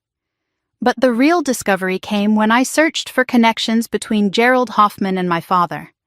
I found a business registration from 1992, a printing company called Hoffman and Ward Printing Services. 2 names listed as partners, Gerald Hoffman, Mark Ward. My father and Gerald had been business partners 30 years ago, before I was born, before the family moved up in the world, before my parents became the polished, respectable people they pretended to be. They had started a printing business together, a business that would know how to create documents, how to make things look official, how to forge. I kept digging. The business had dissolved in 1997. No public record of why. But I found a civil court case from the same year, Hoffman versus Ward, a lawsuit that had been settled out of court. The details were sealed, but the existence of the case told me enough. Gerald and my father had been partners. Then they had become enemies. And now, 25 years later, Gerald's commission number had appeared on a forged deed designed to steal my house. I pulled out my phone and looked at the text message again. You should probably ask your parents about their friend Gerald before he asks about you. Friend. The word dripped with sarcasm. Gerald was not my parents' friend. He was someone they had wronged decades ago. Someone who might have been waiting for an opportunity to get even, or someone they had pulled back into their orbit when they needed someone who knew how to make fake documents. I needed to find him. I needed to understand what his role was in all of this. But I also needed to be careful. The text had felt like a warning, maybe a threat. Gerald knew my phone number. He knew about the hearing. He knew things he should not know unless he was deeply involved. Walking up to his door unprepared could be dangerous. I called Detective Reyes at the DA's office. The referral from Judge Halprin had included her contact information. She answered on the 3rd ring. This is Detective Reyes. This is Tessa Ward. Judge Halprin referred my case to your office this morning. Fraudulent deed and conspiracy. Yes, Ms. Ward, I have the file on my desk. What can I do for you? I found something, a name. Gerald Hoffman. He was a notary whose commission was revoked 10 years ago. His old commission number appeared on the forged deed before it was corrected to Carla Mendez. There was a pause. How did you discover this? The county recorder's clerk noticed the correction. She looked up both numbers. Another pause. Longer this time. Ms. Ward, I appreciate you sharing this information, but I need to ask you not to pursue this on your own. If Gerald Hoffman is involved, This investigation just became more complicated. Let us handle it. I understand, I said. But I need to tell you something else. I received a text message today from an unknown number. It mentioned Gerald by name, suggested I ask my parents about him. Detective Reyes was quiet for a moment. Forward that message to me, along with any other threatening communications you have received. I will. And Ms. Ward. Be careful. If someone is watching you closely enough to know about Gerald, they are watching closely enough to know when you leave your house. Do not go anywhere alone until we understand what we are dealing with. I ended the call and forwarded her the text messages. The threat from the night before the hearing, the message about Gerald, the midnight recording of my parents at my door. Everything went into an email with a timeline and my notes about what I had discovered. Then I sat at my kitchen table and stared at my phone. Detective Reyes had told me to stay home, to let the professionals handle it, to be careful. It was good advice, smart advice, the kind of advice that keeps people safe. But I had never been good at waiting while other people decided my fate. I had spent my entire life watching my parents control narratives, manipulate situations, and hurt people who got in their way. I had spent the last 2 days fighting for my house in a courtroom while they sat across the aisle and lied to a judge. I was done waiting. I went back to my laptop and kept searching. Gerald Hoffman had an address listed on his old bankruptcy filing. Ridgewood, a small ranch house in a neighborhood that had seen better days. The property records showed it was still in his name, still his residence as far as the county was concerned. He might not be there anymore. People who lose everything tend to move around. But it was a place to start. I printed the address, put it in my folder with everything else. Then I called my employer's security office one more time. This is Tessa Ward. I need one more thing. The security director's voice was cautious. What do you need? My parents had a business partner in the early 90s. Gerald Hoffman. I need to know if there is any connection between him and anyone currently employed at our company, anyone who might have had access to my badge logs or personnel file. There was a long pause. Ms. Ward, that is a significant request. I would need authorization from HR and potentially legal, I understand. But someone made a fake ID with my photograph. Someone knew enough about me to create convincing forgeries. If that person had inside access, I need to know. Give me 24 hours, he said. I will see what I can find. I ended the call and looked at the clock. It was just after 2 in the afternoon. I had spent hours researching, calling, documenting.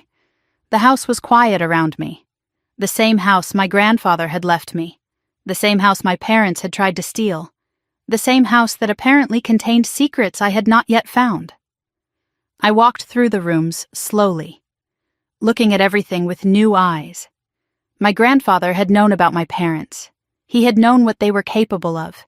He had left me the house and told me to keep the papers safe. What else had he known? What else had he hidden?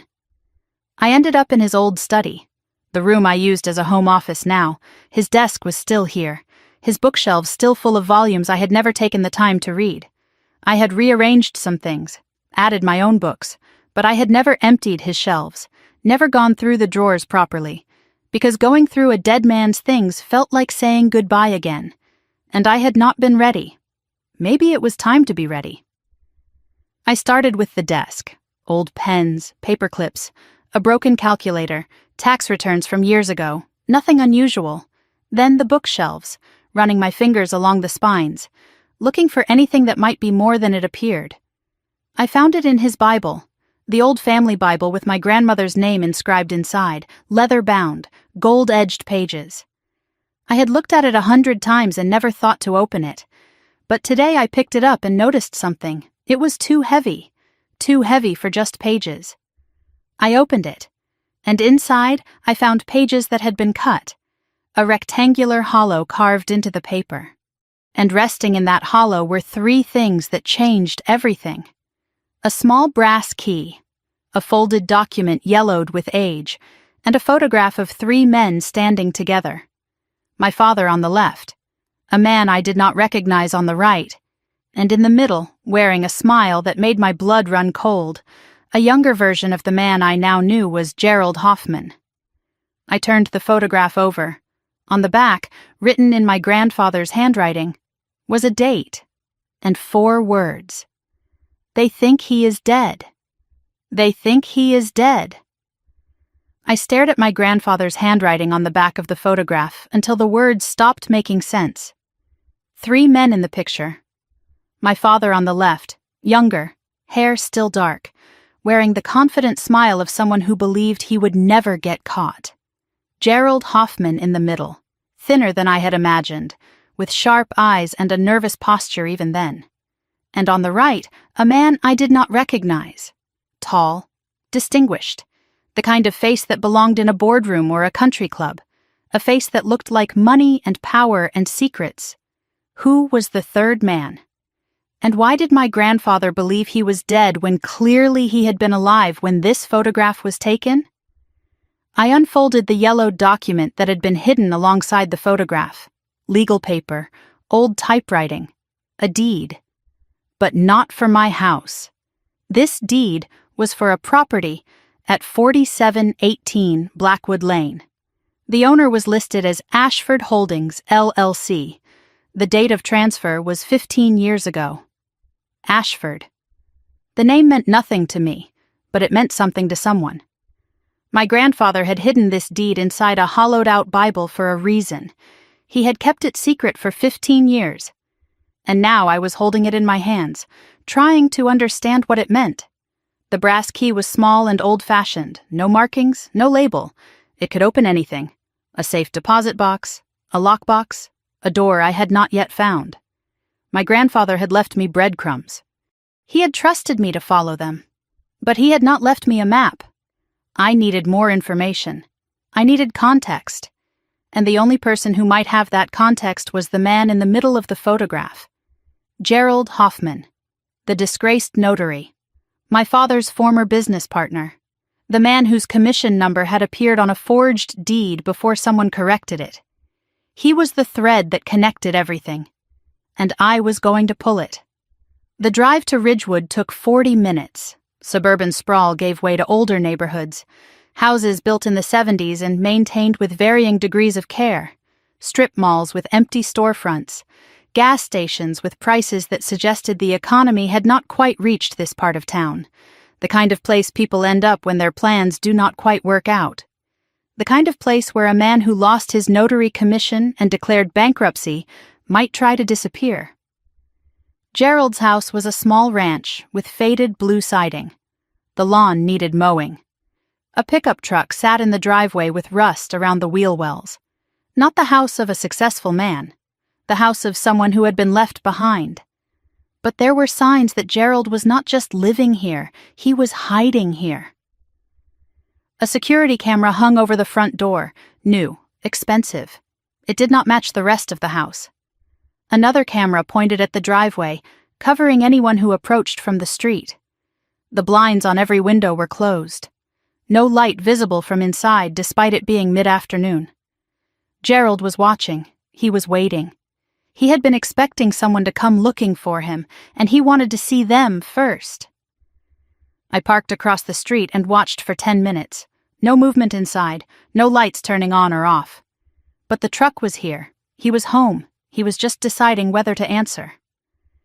I got out of my car and walked across the street with deliberate calm. I had faced my parents in court. I had faced a notary's lies.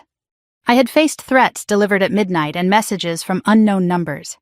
A nervous man in a rundown house was not going to break me, but I kept my phone in my hand anyway, just in case.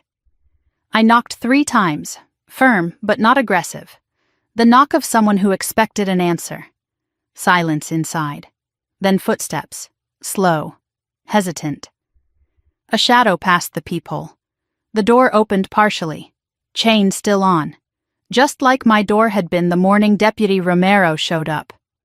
A man's face appeared in the gap, mid-60s, gray stubble, bloodshot eyes. He looked like he had not slept in days, or weeks. "You are Tessa." Not a question. He knew my face. He had seen it before. On the ID he helped create, yes. "And you are Gerald." His eyes darted past me, scanning the street. Looking for someone else, looking for danger. You should not be here. You texted me. You mentioned yourself by name. I was warning you. Warning me about what? He did not answer immediately. Just kept scanning the street like he expected someone to step out of the shadows at any moment. They are watching. They always watch. Who is watching, Gerald? Your parents. Their lawyer. People you have not met yet. People I have not met. The words hung in the air between us. I had assumed this was about my parents. About a forged deed and an attempted eviction. But Gerald was suggesting something bigger. Something I had not seen yet. You think Mark and Diane did this alone? His laugh was bitter. Hollow. You think they are smart enough? Open the door, Gerald. Tell me what you know. If I let you in, they will know. If you do not let me in, I will go to the police with your name and let them ask instead. Long pause. His eyes met mine. Tired, scared, calculating. Then something shifted in his expression. Something that looked almost like recognition. You are just like your grandfather. He was the only one who ever stood up to them, too. The chain slid off. The door opened. You better come in. The interior of Gerald's house was dim, curtains drawn. The smell of stale coffee and cigarette smoke hung in the air like it had been accumulating for years. Papers were stacked on every surface. Newspapers, printouts, legal documents.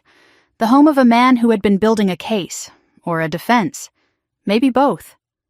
Gerald did not offer me a seat. I took one anyway. He lowered himself into a chair across from me and lit a cigarette with shaking hands. I did not want to help them. His voice was flat, resigned. But your father does not ask. He tells. I pulled out the photograph from my grandfather's Bible, set it on the table between us. Gerald stared at it like he was looking at a ghost. Tell me about this picture. He picked it up with trembling fingers, turned it over, saw my grandfather's handwriting on the back. His face went pale. Where did you find this? My grandfather hid it. Along with a deed and a key, he wanted me to find them. Gerald set the photograph down carefully. Like it might explode. We started that printing business together. Your father and me, 1992. I did the work, he did the schmoozing. When it started making real money, he pushed me out, bought my share for pennies, told me I would never prove it. He was right, I could not. So when he came to me last year, I thought maybe I could finally get even. What did he want? Documents, good documents.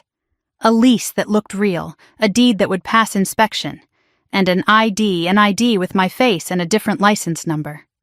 Gerald nodded slowly. His cigarette trembled between his fingers. Where did you get my photograph? Your mother had it, from some family event. A funeral, I think. She said you would not notice it was gone. A funeral. My grandfather's funeral. They had taken my photograph at my grandfather's funeral, to use against me later. That was who they were. That was who they had always been. I made the documents. Gerald's voice was barely above a whisper. All of them. The lease, the deed, the ID. I thought it was just family business. Rich people moving money around. I did not know they were stealing your house. You knew enough to warn me. He looked away. I knew enough to be scared of what happens next. What happens next, Gerald? What are you afraid of? He stubbed out his cigarette. Immediately lit another. Your parents are not the only ones involved. My stomach tightened. Pike knew. The lawyer. He knew the documents were forged. He helped plan it. Your father met with him 3 times before the eviction was filed. I was there for 2 of those meetings. Pike did not just represent them, he coached them, told them how to structure it so it looked legitimate.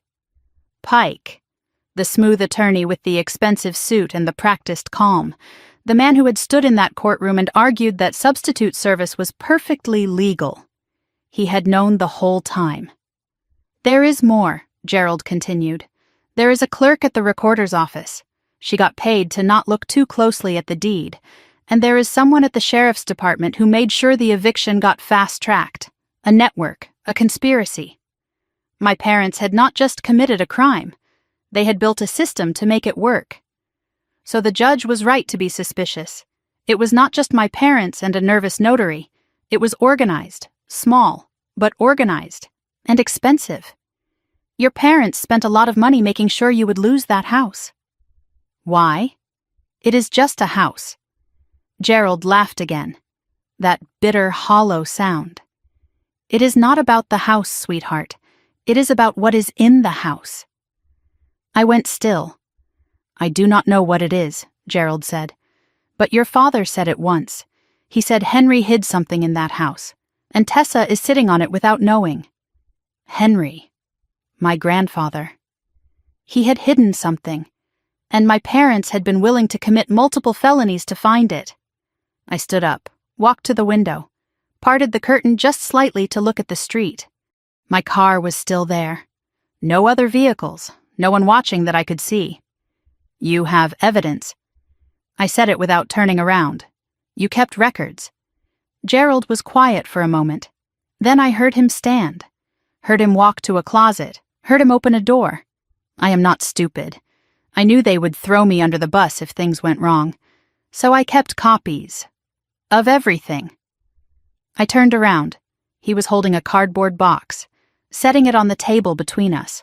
Original files for the fake lease, draft versions of the deed, email printouts, communications with Pike. He reached into the box and pulled out a thumb drive. And recordings. My heart stopped. Recordings of what? Of your father explaining exactly what he wanted, and Pike explaining how to make it happen. I stared at the thumb drive like it was made of gold. Why are you showing me this? Gerald's eyes met mine. Because I want immunity. I want to hand this to the DA and walk away. But I need someone to vouch for me. Someone they will believe. You want me to help you. I want us to help each other. You give me cover. I give you the evidence that puts them all away. He was a criminal. He had forged the documents that almost cost me everything. But he was also the only person who could prove the full scope of what my parents had done. Sometimes justice means working with people you do not trust, to catch people who are worse. Okay, I said it before I could talk myself out of it. I will talk to the DA with you, but I need one more thing first. What? The envelope, the one with my grandfather's gravestone photo. Who put it in my house? Gerald's face went pale. That was not us. Then who? I do not know, but... He stopped, his eyes fixed on the window behind me. Get down! He grabbed my arm, pulled me below the windowsill. What? There is a car outside. It was not there before. My heart pounded. I risked a look. Black sedan, tinted windows, parked 3 houses down. Engine running. They know you are here. Gerald's voice was barely a whisper. They have been watching me. Now they know I am talking. Who, Gerald? Who is in that car? I told you, there are people you have not met yet. The sedan's door opened. A figure stepped out. Too far to see clearly. But they were walking toward the house. Gerald. We need to leave, now. There is a back door. He grabbed the box of evidence. Whatever you do, do not let them get this. Because if they do, your parents walk free. And you lose a lot more than a house. Gerald grabbed the cardboard box and moved toward the back of the house with a speed that surprised me. For a man in his 60s with shaking hands and bloodshot eyes, he knew how to run. He had been practicing this escape in his mind for years, waiting for the day he would have to use it. And now that day had arrived. The back door led to a small concrete patio. Weeds pushed through the cracks. A chain-link fence separated his yard from the property behind. The figure from the sedan was already at the front door. I could hear the doorbell ringing, then knocking, heavy, deliberate. Not the knock of someone asking a question. The knock of someone who already knew the answer. Don't look back, Gerald whispered. If they see you through the window, they'll know we're running. They'll call ahead. Call ahead to who? Just move. I went over the fence first, landed hard on the other side. My knee protested but held. Gerald passed the box over, then climbed. Slower, clumsier. He was not built for running anymore, but fear gave him speed he did not know he had. The alley behind his house was narrow. Trash cans, weeds, broken concrete. Gerald pointed left. My truck is parked on the next street. I always keep it there. In case of what? In case of exactly this. We moved through a gap in another fence, across a backyard with a rusted swing set, through a hedge that scratched my arms and caught my hair. Gerald knew this path by heart. He had practiced it. Every turn, every shortcut, every hiding spot, waiting for the moment when someone would come for him and he would need to disappear. I risked a look back. Between houses I could see Gerald's front door. It was open now, a figure standing inside, not entering, just standing, watching the house like they owned it, like they owned everything my parents touched. The figure was too still, too patient. Whoever was at that door was not worried about us escaping. They were waiting, like they knew where we would end up anyway. Gerald's truck was parked on a residential street 1 block over, different from where I had left my car. He unlocked it and threw the box in the back seat. Get in. Keep your head down. My car is still on the other street. Leave it. They already have your plates. Your car is marked. We take mine, or we don't go at all. I hesitated 1 second, then got in. My car could be replaced. The evidence in that box could not. Gerald drove like a man who had been waiting to flee. Not fast, careful, checking mirrors every few seconds. Fast draws attention, he said. Careful gets you out. We made it 2 blocks before I saw it. In the side mirror, the black sedan. Same car from Gerald's street. 3 cars back. They're following us. Gerald's hands tightened on the wheel. I know. You've done this before. Not exactly this. But running? Yeah, I've been running from your father for 20 years. This is just the first time he sent someone with a car. Gerald did not head for the highway. Instead, he turned into an older neighborhood. Narrower streets, more turns. He was using the roads like a maze. Every turn put distance between us and the sedan. Left turn, right turn, through an alley barely wide enough for the truck, past a school with an empty parking lot, under a bridge, around a curve. The sedan tried to follow, but Gerald knew these streets. This was his neighborhood before my father pushed him out. The one place he had memorized every escape route. I watched the mirror. After the 4th turn, the sedan did not reappear. We lost them? For now. But they know what my truck looks like. And they know where you live. Gerald's eyes met mine in the rearview mirror. We have maybe 2 hours before they regroup. Whatever you need to find it fast. He pulled into a parking lot behind a closed gas station, out of sight from the street. Both of us breathing hard. The adrenaline was starting to fade, leaving something colder in its place. I opened my phone. No new messages from the unknown number. No calls from my parents. Silence. The kind that means they are planning instead of panicking. Gerald pulled the cardboard box onto his lap, opened it, checked the contents. It's all here. The files, the emails, the thumb drive. Enough to put Pike in prison. Enough to prove your parents planned everything. He looked at me. But not enough to protect you from whoever was in that sedan. Who are they, Gerald? I don't know names. Your father called them fixers. People who make problems disappear. What kind of problems? Documents, witnesses. He paused. People. Are you saying they might try to hurt me? Gerald did not answer immediately. I'm saying your grandfather was afraid of them too. My grandfather? Why do you think he hid whatever he hid? He knew what your parents were capable of. He knew they'd come for it eventually, and he wanted to make sure they couldn't find it without you. We sat in silence for a moment, processing, planning, trying to understand what we were dealing with. We have 2 options, I said. We go to the police now, hand over everything, the files, the emails, Gerald's recordings, let them arrest my parents, Pike, everyone. Gerald shook his head. And then what? The fixers disappear. The evidence ties to us. Your parents hire new lawyers, claim they were victims of a scheme. Pike flips and blames me for everything. Or we find what my grandfather hid first. Whatever it is, my parents want it badly enough to commit multiple felonies. That means it's valuable, or dangerous, or both. Gerald's reasoning was simple. If we find it before they do, we control the narrative. We know what we're protecting, what we're threatening them with. Right now, we're just running. We need leverage. And your grandfather wanted you to have it. I sat in that truck, smelling cigarette smoke and old vinyl. Thinking about my grandfather, he had trusted me with the house. Maybe he had trusted me with more than that. Maybe he had been waiting for me to look. Okay. We go to the house first. But we go now. Before they figure out where we are. Gerald parked 2 streets away from my house. We walked the rest. The box stayed in the truck, hidden under a tarp. Carrying a box of evidence makes you a target, he said. Walking empty-handed makes you invisible. The house looked the same.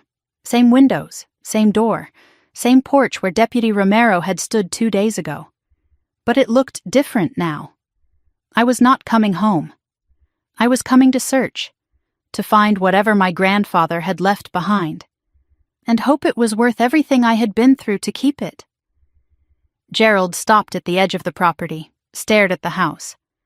I helped your father try to steal this place, and now I'm helping you protect it. Strange how things turn around. I did not respond. Forgiveness was not on the table, but cooperation was. And right now that had to be enough. Inside, I checked every room. Empty, undisturbed. No envelopes on the counter this time. No signs of intrusion.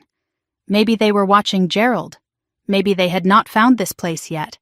Or maybe they were waiting for us to find what they could not. I pulled out the photograph I had found in my grandfather's Bible. Set it on the kitchen table alongside the deed and the key. Gerald stared at the photograph. His face went pale. Then paler. Where did you find this? Hidden in my grandfather's Bible, along with the deed and the key. He picked up the photograph with trembling fingers, looked at the 3 men. My father, himself, and the 3rd man. Do you know who that is? I pointed to the man on the right. Gerald's voice came out strangled. Victor Ashford. Who is Victor Ashford? Your father's first partner. Before me, before the printing business. They had something else, something bigger. He set the photograph down like it was burning his fingers. Victor was the brains. Your father was the face. Pike was the legal muscle. Together they ran a real estate development company, back in the 90s, before everything went corporate. What kind of development? The kind that makes money by not asking questions. They'd buy distressed properties, foreclosures, estates in probate, then flip them fast, before anyone could challenge the titles. Sometimes the titles were clean, sometimes they weren't. What happened? Victor wanted out. Around 2008, 2009, the economy crashed, the deals got dirtier. He said he was going to talk, going to make things right. Gerald paused, lit a cigarette with shaking hands. Then he died. Car accident on the highway. Single vehicle, no witnesses. Case closed in a week. I looked at the photograph, at Victor Ashford's face, confident, alive. Then I turned it over, looked at my grandfather's handwriting, the date, 13 years ago. This photograph is dated 13 years ago. Yes. You said Victor died 15 years ago. Gerald nodded slowly, his face gray. That's what everyone said. That's what the obituary said. That's what your parents told anyone who asked. He pointed at the photograph. But this picture was taken 2 years after his funeral. I stared at him, the implication settling into my bones like ice. If Victor was alive 2 years after his funeral, then he didn't die in that car accident. Which means the accident was staged. Which means Gerald finished for me. Which means your father and Pike helped a man disappear. Or they made him disappear. And the only question is whether Victor was in on it or if he's buried somewhere no one's ever going to find. I looked at the deed. 4718 Blackwood Lane, Ashford Holdings, LLC. This property, Blackwood Lane, what is it? Gerald's eyes widened. That's the property that was supposed to be Victor's retirement. He bought it years before. Land outside the city, 20 acres, a farmhouse, a barn. He used to talk about it. Said he'd move there when he was done with the business. After he died, your father claimed it went to the company. But this deed shows it transferred to Ashford Holdings, Victor's own company, right before he was supposed to die. So Victor transferred his property to his own company, right before he supposedly died in a car accident. Either he was planning to disappear, or someone wanted to make sure the property stayed hidden. My grandfather had this deed, which means he knew about the property, which means he knew Victor didn't die in that accident. Gerald nodded. Your grandfather was their accountant back then, before he retired. He saw all the paperwork, and he kept the pieces that didn't add up, waiting for someone to put them together. I looked at the brass key. Small, old-fashioned, no markings. What does this key open? Gerald stared at it for a long moment. Victor had a safe, in the barn at Blackwood Lane. He showed me once, years ago. Said it was where he kept his insurance, everything, every deal, every payment, every handshake that went wrong. He said if anything ever happened to him, the safe would tell the whole story. After he died, your father tore that barn apart looking for it. Never found anything. Unless my grandfather got there first. Unless he took what was in the safe before anyone could destroy it, and kept it hidden for 15 years. I looked at the key. If this opens that safe, and the safe is still at Blackwood Lane, then whatever's inside could prove everything. The staged death, the fraud, the cover-up. Gerald nodded. All of it. My phone buzzed. Unknown number, new message. You're getting closer, but you're not there yet. The barn isn't empty anymore. And Victor says hello. I showed Gerald the message. His face went white. Victor says hello. He's alive, I said. Victor Ashford is still alive. And he knows we're looking for him. Gerald's hands were shaking so badly he could barely hold his cigarette. If Victor's alive, then this isn't just about your house. This is about a 15-year cover-up, and everyone involved has a reason to make sure you never find the truth. I looked at the key in my hand, at the photograph on the table, at the deed to a property that might hold all the answers. Then we need to get to Blackwood Lane, before they do. Gerald shook his head. If Victor's there, we're walking into a trap. If Victor's there, he's the trap. And I'm done being afraid of people who think they can control my life. I pocketed the key. Call Detective Reyes. Tell her where we're going. If we're not back in 2 hours, she sends backup. And if Victor tries to stop us? Then Victor becomes evidence too. Blackwood Lane was 45 minutes outside the city. 45 minutes of back roads and farmland and the kind of silence that makes you think about everything you might be driving toward. Gerald sat in the passenger seat of his truck, chain-smoking with the window cracked, watching the rearview mirror like he expected the black sedan to appear at any moment. I drove because his hands had not stopped shaking since we left my house. And because I needed something to focus on besides the photograph in my pocket and the key that might unlock 15 years of secrets. Victor Ashford. The name kept circling in my mind, my father's first partner. The brains behind a real estate operation that made money by not asking questions. A man who supposedly died in a car accident 15 years ago, but appeared in a photograph dated 2 years after his funeral. A man who might be waiting for us at the end of this road. Tell me more about Victor, I said. Everything you know. Gerald lit another cigarette. His fourth since we left. Victor was smart. Smarter than your father ever was. He understood how to move money, how to hide transactions, how to make problems disappear on paper. Your father had the charm. Pike had the legal cover. But Victor was the one who made it all work. What kind of deals were they doing? Real estate fraud, mostly. They would identify properties in distress, foreclosures, estates where the heirs were fighting or didn't know what they had. Sometimes they would buy the properties legitimately, but sometimes they would forge documents, create fake liens, manufacture title disputes that forced owners to sell cheap. Gerald blew smoke toward the cracked window. When the market crashed in 2008, things got worse. The deals got dirtier. Victor started talking about getting out, about going to the authorities and making things right. And then he died. Gerald nodded. Single car accident. Supposedly lost control on a highway outside the city. No witnesses. The car burned. The body was too damaged for an open casket. You went to the funeral. I went to the funeral. Your parents were there. Pike was there. Everyone cried. Everyone gave speeches. And the whole time something felt wrong. Victor was too careful a driver. Too paranoid about everything. The idea that he just lost control? You didn't believe it. I didn't have proof. And I was in no position to ask questions. Your father had already pushed me out of the printing business. I was broke, desperate. I needed to stay on his good side just to survive. Gerald's voice dropped, so I kept my mouth shut. And I watched your father get richer while Victor's memory got buried alongside whoever was really in that coffin. The road narrowed as we moved further from the city. Houses became fewer, fields stretched out on either side. The kind of landscape where you could hide almost anything. What happened to Victor's assets after he died? Most of them went to the company, Ashford Holdings. But the company was controlled by your father and Pike, so everything Victor built ended up in their pockets, including Blackwood Lane.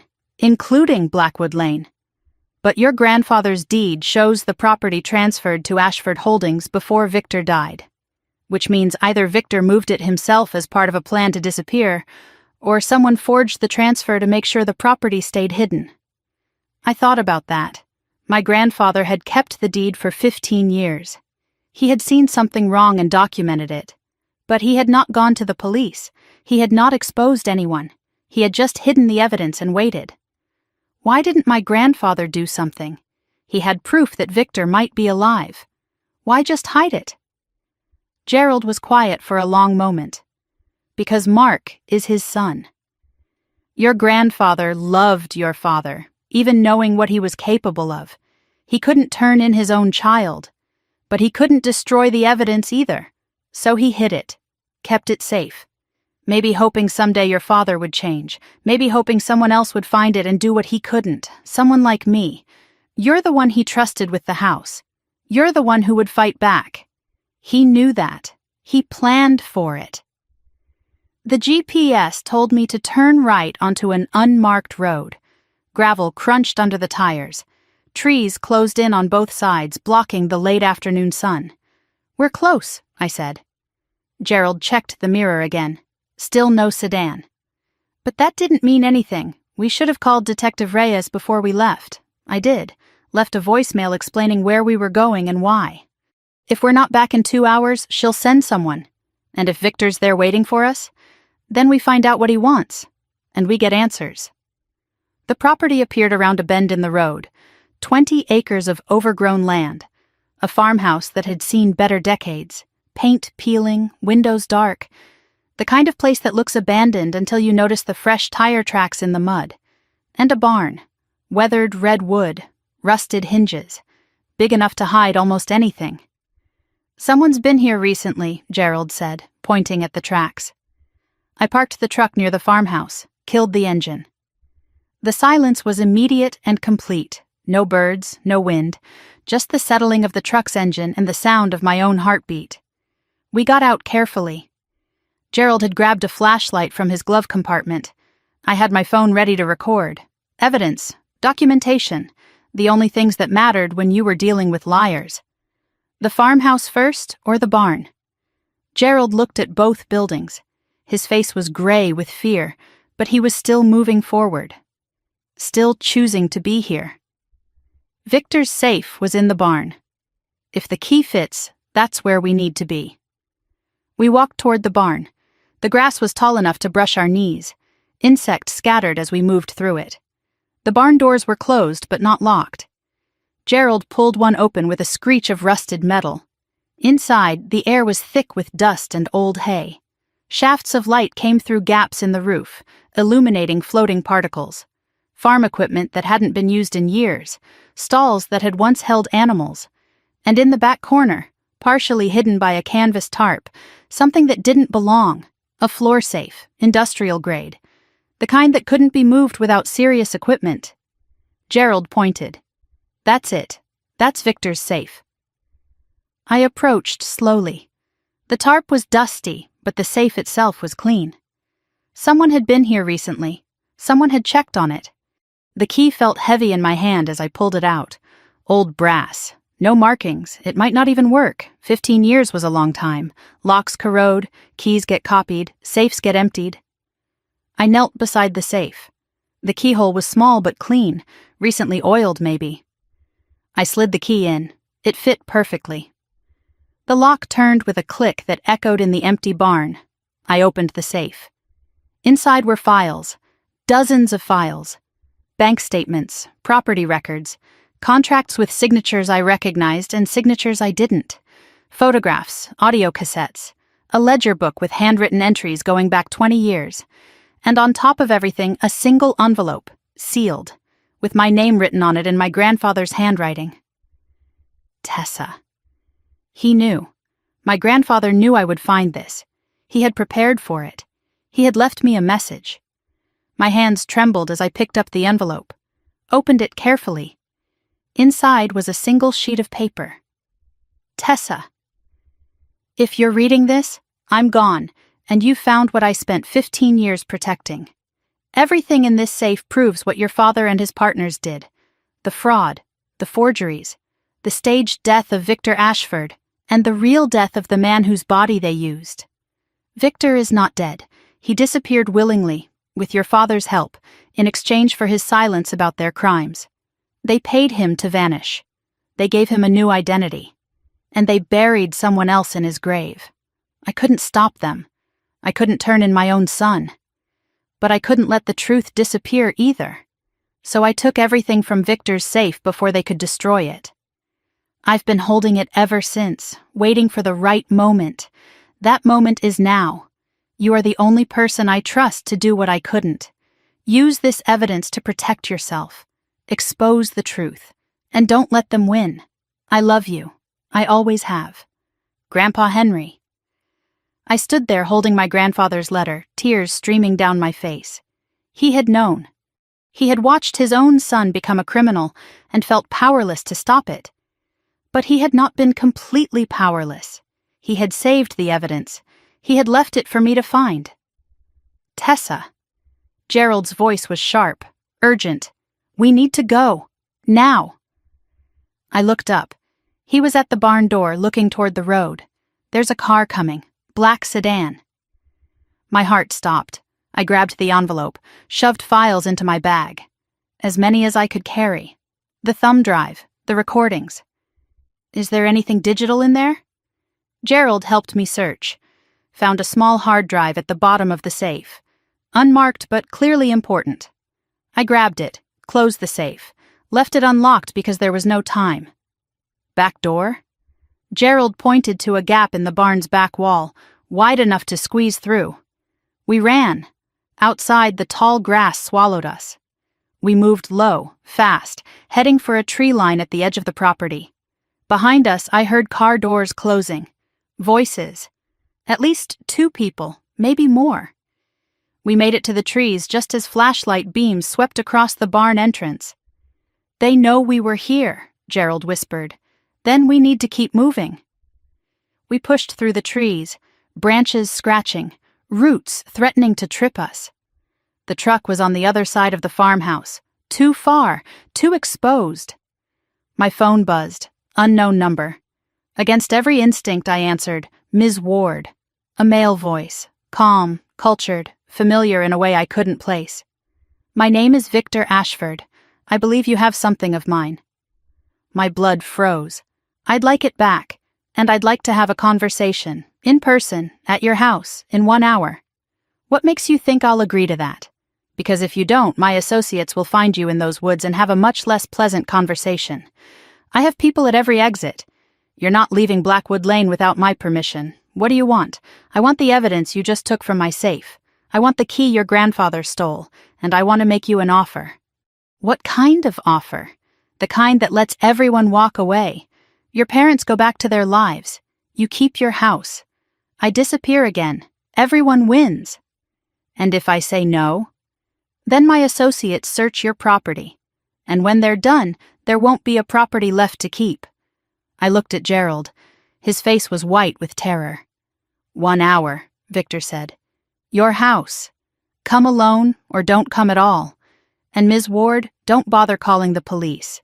By the time they arrive, this will all be over, one way or another. The line went dead. Gerald grabbed my arm. We can't go back there. It's a trap. Everything's a trap. But I have evidence now. Real evidence. And Victor doesn't know I already sent Detective Reyes a voicemail. I started moving toward the road. Gerald followed reluctantly. If we go to my house, we control the environment. We know the exits. We know the hiding places. And if Victor's people get there first, then we improvise. But I'm done running. My grandfather spent 15 years hiding from this moment. I'm going to walk straight into it, because the only way through was forward. And Victor Ashford had just made himself part of the evidence. The drive back to my house took 37 minutes. 37 minutes of watching the rearview mirror and running scenarios in my head. Victor Ashford had given me 1 hour. I had used half of it getting off his property and back onto the main road. Now I was racing toward a confrontation I had not chosen but could not avoid. Gerald sat beside me, clutching the bag of evidence like it was the only thing keeping him tethered to reality. His hands had stopped shaking. They had gone past shaking into something worse, a stillness that came from accepting that everything was about to change. You can't go out there alone, he said. If Victor's people are already at your house, then I need you to do something for me. I kept my voice steady. The evidence, the files, the hard drive. I photographed the most important documents while we were driving. I've already emailed them to myself and to Detective Reyes. Gerald looked at me. When? At every red light. Every stop sign. I've been sending files since we left Blackwood Lane. His eyes widened slightly. You're building insurance. I'm building a record. If something happens to me tonight, the evidence survives. The truth gets out. My parents don't win. I pulled into my neighborhood. The streets looked normal, quiet. The kind of quiet that comes before a storm. But as I turned onto my block, I saw it. The black sedan, parked in my driveway, headlights on, engine running. They're already here, Gerald whispered. I know. I parked at the curb, killed the engine. Sat for a moment, looking at the house where I had grown up visiting my grandfather. The house he had left me. The house my parents had tried to steal. The house that apparently held secrets worth killing for. Call Detective Reyes again. Tell her Victor Ashford is alive and at my address. Tell her to come now. Gerald pulled out his phone. His hands were steady now. Purpose had replaced panic. What are you going to do? I'm going to buy us time. I got out of the truck and walked toward my house, toward the sedan, toward whatever was waiting for me on the other side of this moment. The front door of the sedan opened as I approached. A man stepped out. Mid-60s, silver hair, expensive coat that probably cost more than my monthly salary. He looked like money that had learned to hide, the kind of wealth that does not want attention because attention asks questions. His face matched the photograph from my grandfather's Bible. Older now, thinner, but unmistakable. I was looking at a ghost. A man my family had buried 15 years ago. A man who had been watching ever since. Tessa Ward. His voice was cultured, controlled. The voice of someone who had spent years practicing how to sound reasonable while doing unreasonable things. You look like your grandfather. Same stubborn jaw. Same eyes that don't flinch. He was the only person your father was ever afraid of. I'm beginning to understand why. You're supposed to be dead. Victor smiled. Cold. Practiced. the smile of someone who had heard that statement before and enjoyed the reaction it provoked. Death is a matter of paperwork. Your father taught me that. Among other things. 2 other figures stood near a second car, the one that must have been blocking my back alley. They did not approach, just watched, fixers, the kind of people who get paid to solve problems. And I was the problem now. Let's make this simple, Victor said.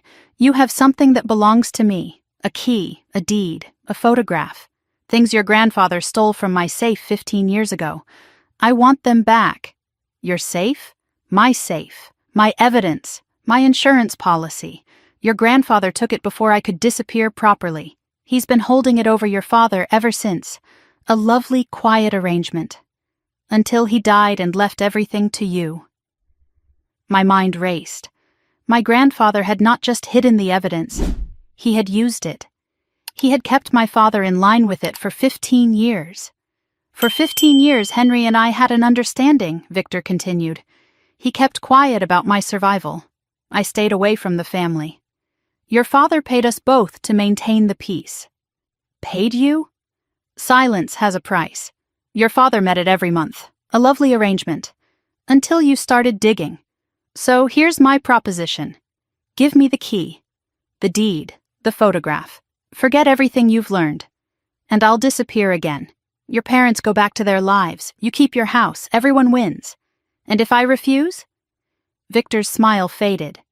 Then my associates search your house. And when they're done, there won't be a house left to keep. You're threatening to destroy the house you've been trying to steal? I'm not trying to steal anything. Your parents are. I'm just trying to recover what was mine. And if you've already sent copies somewhere? He let the sentence hang. The implication clear. If I had distributed the evidence, the situation became more complicated, more dangerous. I thought about the emails I had sent from the truck, the photographs uploaded to my cloud account, the voicemails left for Detective Reyes. Victor did not know about any of that. He was gambling that I had not had time to make copies. He was wrong. 15 years ago, I said slowly, you and my father and Pike built an empire. Real estate, development, acquisitions. You bought properties no one wanted and sold them to people who didn't ask questions. Victor's eyes narrowed slightly. You've been talking to Gerald. I've been listening and reading and putting pieces together. The fraud, the forgeries, the deals that got dirtier when the economy crashed. You wanted out. You threatened to go to the authorities. So my father offered you a deal. Victor was silent for a moment. Then he nodded. Mark didn't try to kill me. He offered me a choice. Disappear, take a new identity, keep a percentage of the profits, or go to prison alongside everyone else. I chose to disappear. The car accident was staged. The body was a John Doe from the morgue.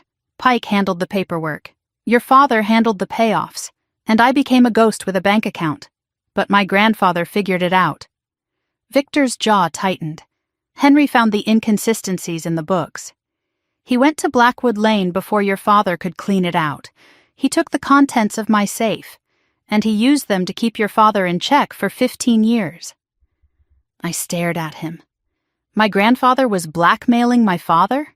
He called it maintaining balance. Your father couldn't expand, couldn't make new deals, couldn't take risks. Every time he tried, Henry reminded him what was at stake. Your grandfather was the only reason your parents stayed small, the only reason they didn't become something worse. Then my grandfather died. And your father saw an opportunity. No more blackmail, no more balance. Just one granddaughter standing between him and freedom. He thought if he could get the house, he could find the evidence, destroy it, start over. What he didn't know was that Henry had already hidden everything, in places only someone who loved that house would find. My grandfather left me the house because he knew my parents would come for it, and he knew I was the only one who would fight. Victor nodded slowly. He trusted you with his secrets. Now the question is what you'll do with them. I understood now, the full scope of what my grandfather had done. He had spent 15 years protecting me from a truth he could not speak. He had kept my father in check while watching his own son become someone he did not recognize. He had hidden evidence of crimes because he could not bear to turn in his own child. But he had not destroyed it. He had waited. And he had trusted me to finish what he could not start. "The key," I said. "You want to know what it opens." Victor's eyes sharpened. "You know, I know enough. The safe in the barn. The one my father tore apart looking for after your funeral. He never found anything because my grandfather got there first. What's in it? Everything. Contracts, recordings, bank records. Enough to put my father in prison for life. Enough to put you in prison for life. That's why you need it back." Victor studied me for a long moment. The smile was completely gone now, replaced by something harder, more calculating. "You're smarter than your father gave you credit for. I had a good teacher." I reached into my pocket, pulled out my phone, held it up so he could see the screen. "Before I walked out here, I photographed everything. The deed, the photograph, the documents from your safe. I emailed them to the district attorney's office. I emailed them to a cloud account with automatic distribution if I don't log in every 12 hours. I emailed them to 3 journalists who cover financial crimes in this state." Victor's face changed. Just slightly. But enough. Destroying my house doesn't destroy the evidence. It just adds more charges. Arson, intimidation, conspiracy. You'll go from ghost to fugitive. And my father will give you up to save himself. You know he will." Victor stared at me. The silence stretched like a wire about to snap. And I realized I was holding the knife. Then I heard sirens. Faint at first, then clearer, approaching. Victor's head snapped toward the sound. His associates shifted positions near their car, suddenly alert, suddenly nervous. "You called the police," Gerald did. "While I was keeping you talking. Detective Reyes knows you're alive. She knows you're at my house. She's bringing everyone." Victor's carefully constructed calm finally cracked. "You don't know what you've done. I know exactly what I've done. I ended it, the way my grandfather should have 15 years ago." Victor looked at his associates, looked at the approaching sirens, looked at me. "This isn't over. It's over enough. My parents will talk to save themselves. Pike will flip in an hour, and you can run again. Or you can stay and tell your side." I held his gaze. "Either way, the evidence is out, and it's not going back in the box." Victor opened his mouth to respond. But before he could speak, headlights swept across the driveway. Another car, not police. I recognized it immediately. My father's car. Both doors opened. Mark and Diane Ward stepped out. My mother's face was twisted with fury. My father's face was blank. The calculator running, trying to figure out how to survive what was happening. They must have followed the police scanner. Or Pike called them. Or they had been circling this house all night, waiting for the moment to strike. My father stopped mid-stride when he saw Victor. "Victor, hello Mark, after all these years. I was just telling your daughter how you made me disappear. She's a good listener. Better than you ever were." The police sirens were loud now, close, blue lights visible at the end of the street. 3 generations of lies standing in the light. My father, my mother, the man they had helped fake his death, and me, standing in the middle of it all with my grandfather's evidence in my phone and his courage in my chest. My mother screamed something at my father. My father shouted back. Victor laughed, the sound of a man with nothing left to lose. The first police car turned onto my street, and I stood there watching it all burn down.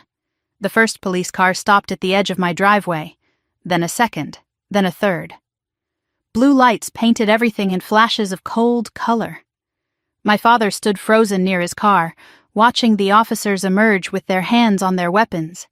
My mother had stopped screaming. She was staring at the scene like she could not understand how her careful plans had collapsed into chaos. And Victor Ashford, the man who had been dead for 15 years, stood in the middle of it all with the calm expression of someone who had always known this moment would come. Detective Reyes stepped out of an unmarked car that pulled up behind the patrol units. She was younger than I expected. Sharp eyes, professional posture, the kind of person who had seen enough lies to recognize truth when it finally appeared. Tessa Ward? Yes.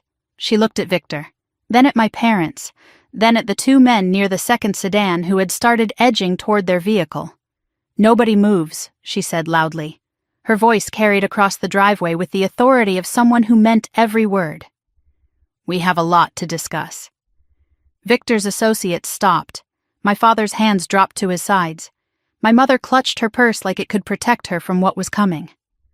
Detective Reyes approached me first. "You left me a voicemail about Victor Ashford being alive. I thought it was a prank until I ran his name through our database." "What did you find?" She glanced at Victor. "A death certificate from 15 years ago, a closed case, and an insurance payout of $2.3 million to his business partners." My father made a sound, half cough, half denial. The sound of a man watching his escape routes disappear one by one. "That insurance payout was fraudulent," I said. "Victor didn't die. He staged his death with my father's help. They buried someone else in his grave." Detective Reyes nodded slowly. "We're going to need statements from everyone. Starting with you." The next 3 hours were a blur of questions and answers and documentation. Officers separated us. My parents in one car, Victor in another. Gerald in the back of Detective Reyes's unmarked sedan, talking faster than I had ever heard him talk, spilling everything he knew in exchange for the immunity he had been promised. I sat on my own porch, wrapped in a blanket someone had given me, watching my childhood fall apart in slow motion. Pike arrived 45 minutes into the process. Someone had called him. Maybe my father from the back of a police car, maybe an assistant who had heard about the arrest on a scanner.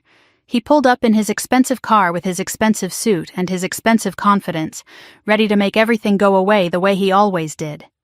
But when he saw Victor Ashford standing in handcuffs near a patrol car, his face went white. He knew. In that moment, he knew that everything he had helped build was about to collapse. Detective Reyes approached him before he could reach my parents. "Lawrence Pike." "Yes. I'm counsel for Mark and Diane Ward. I need to speak with my clients.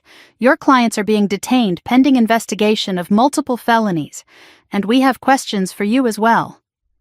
Pike's composure cracked. "Questions about what?" "About your involvement in the fraudulent death of Victor Ashford, about forged documents filed with the county recorder, about conspiracy to commit real estate fraud." Pike's mouth opened, closed, opened again. "I don't know what you're talking about." "We have recordings," Detective Reyes said calmly. "Gerald Hoffman kept copies of conversations between you and Mark Ward planning the forgery of documents used to evict Ms. Ward from her property." Pike looked at Gerald, who was still talking to officers near the unmarked car. Gerald looked back. And in that moment, the alliance that had lasted 20 years shattered into pieces that could never be reassembled. "I want my lawyer," Pike said. "You're going to need one." They put him in a separate car, 3 expensive lawyers in 3 separate vehicles, waiting to be processed for crimes they had spent years pretending did not exist. My mother tried to speak to me once. An officer was leading her toward a patrol car when she turned and called my name. "Tessa, please, you don't understand. We did this for the family." I stood up from the porch, walked toward her, stopped just close enough that she could hear me clearly. "You forged my name. You tried to steal my house. You took a photograph of me at my grandfather's funeral and used it to create a fake ID. You broke into my home and left a picture of his grave to scare me into giving up." My voice did not shake. My eyes did not water. "That's not family. That's cruelty dressed up in shared DNA. And I'm done pretending otherwise." My mother's face crumpled.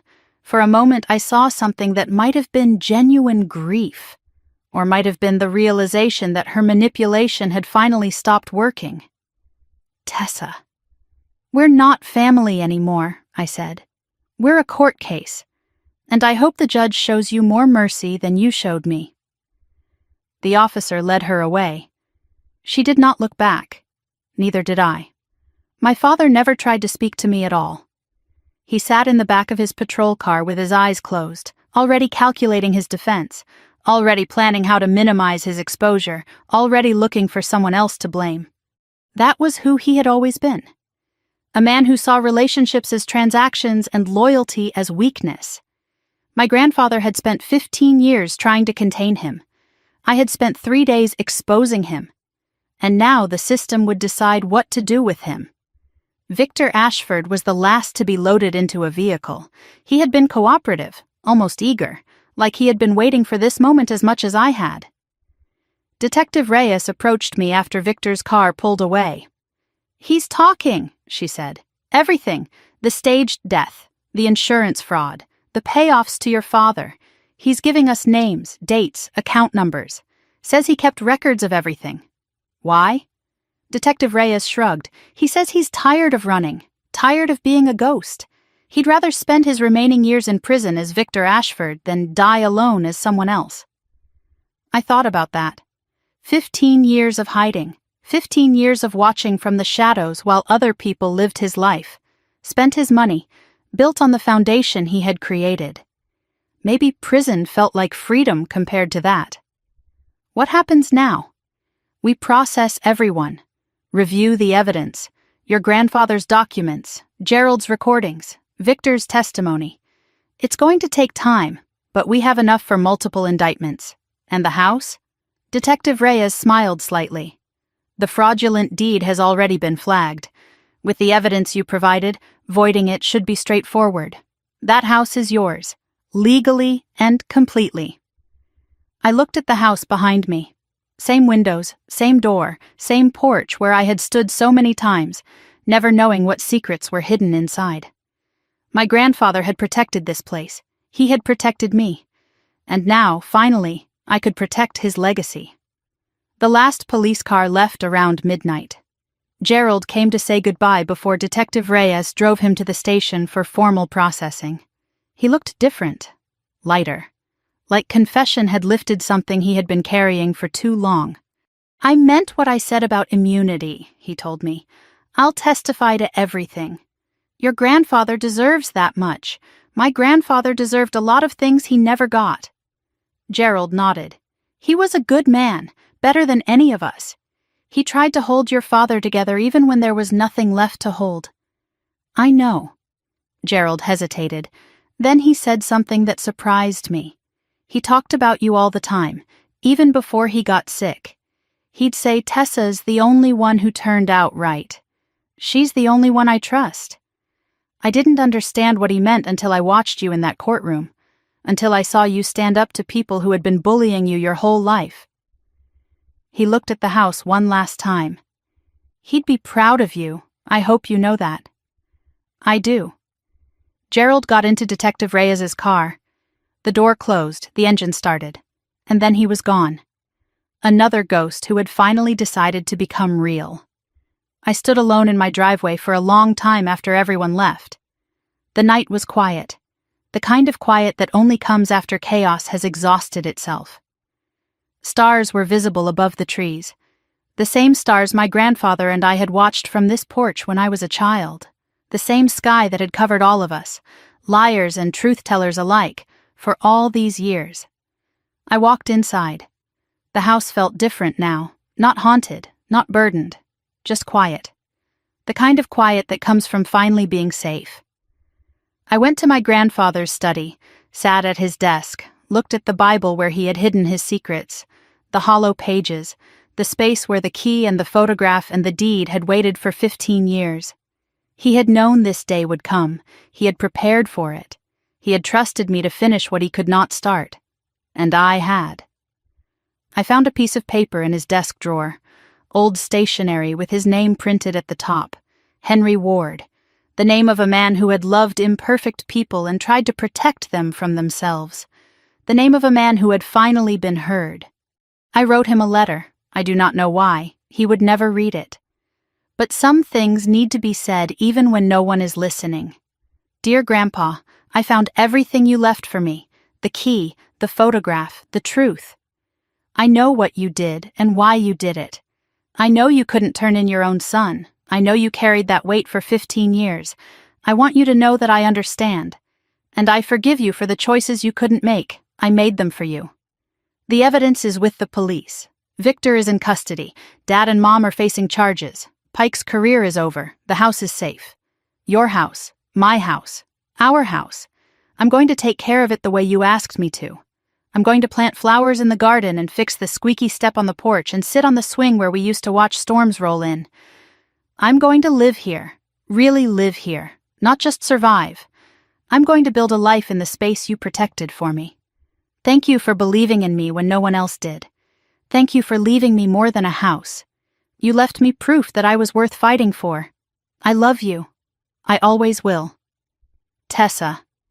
I folded the letter and put it in the Bible, in the hollow space where his secrets had been. Maybe someday I would take it out and read it again. Maybe someday I would show it to someone who needed to understand what family really means. But for now, it was enough to know it was there. A message to a man who could not hear it. A promise to a ghost who had finally found peace. 3 weeks later, I stood in that same driveway and watched the sun set over my grandfather's house. The title had been corrected. The fraud alert removed. The deed was clean, mine, legally and completely. Gerald had testified. Victor had confessed. Pike had pleaded guilty to 3 counts of conspiracy and was facing disbarment. My parents were out on bail, awaiting trial, forbidden from contacting me by court order. They had tried once, through a lawyer, a letter asking me to drop the charges, to let the family heal, to move forward. I did not respond. Some wounds do not heal, some bridges cannot be rebuilt, and some families are better left as court cases than as relationships. But I was not bitter, I was not broken. I was standing in my own driveway, watching the sky turn orange and pink and purple, breathing air that finally felt clean. My grandfather had trusted me with his secrets. I had honored that trust. I had fought when fighting seemed impossible. I had documented when no one was watching. I had refused to be erased by people who thought they could rewrite my story. And now the story was mine to tell. If you have ever been betrayed by someone who was supposed to protect you, I want you to know something. You are not alone. And you are not powerless.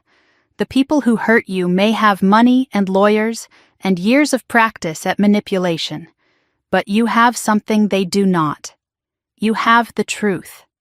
And the truth, documented and preserved and spoken out loud, is stronger than any lie they can construct. Keep records, save messages, protect yourself with evidence, and never let anyone convince you that family loyalty means accepting abuse. Blood does not equal love. Shared history does not equal respect. And walking away from people who hurt you is not betrayal. It is survival. If this story meant something to you, I would love to hear about it. Leave a comment and tell me about a time you had to stand up for yourself when no one else would. Share this with someone who needs to know they are not alone. And if you want more stories about ordinary people finding the courage to fight back against impossible odds, subscribe to this channel and hit the notification bell so you never miss an upload. Thank you for listening. Thank you for staying until the end. And remember, no matter how powerful the people who hurt you seem, the truth is always more powerful. You just have to be brave enough to tell it.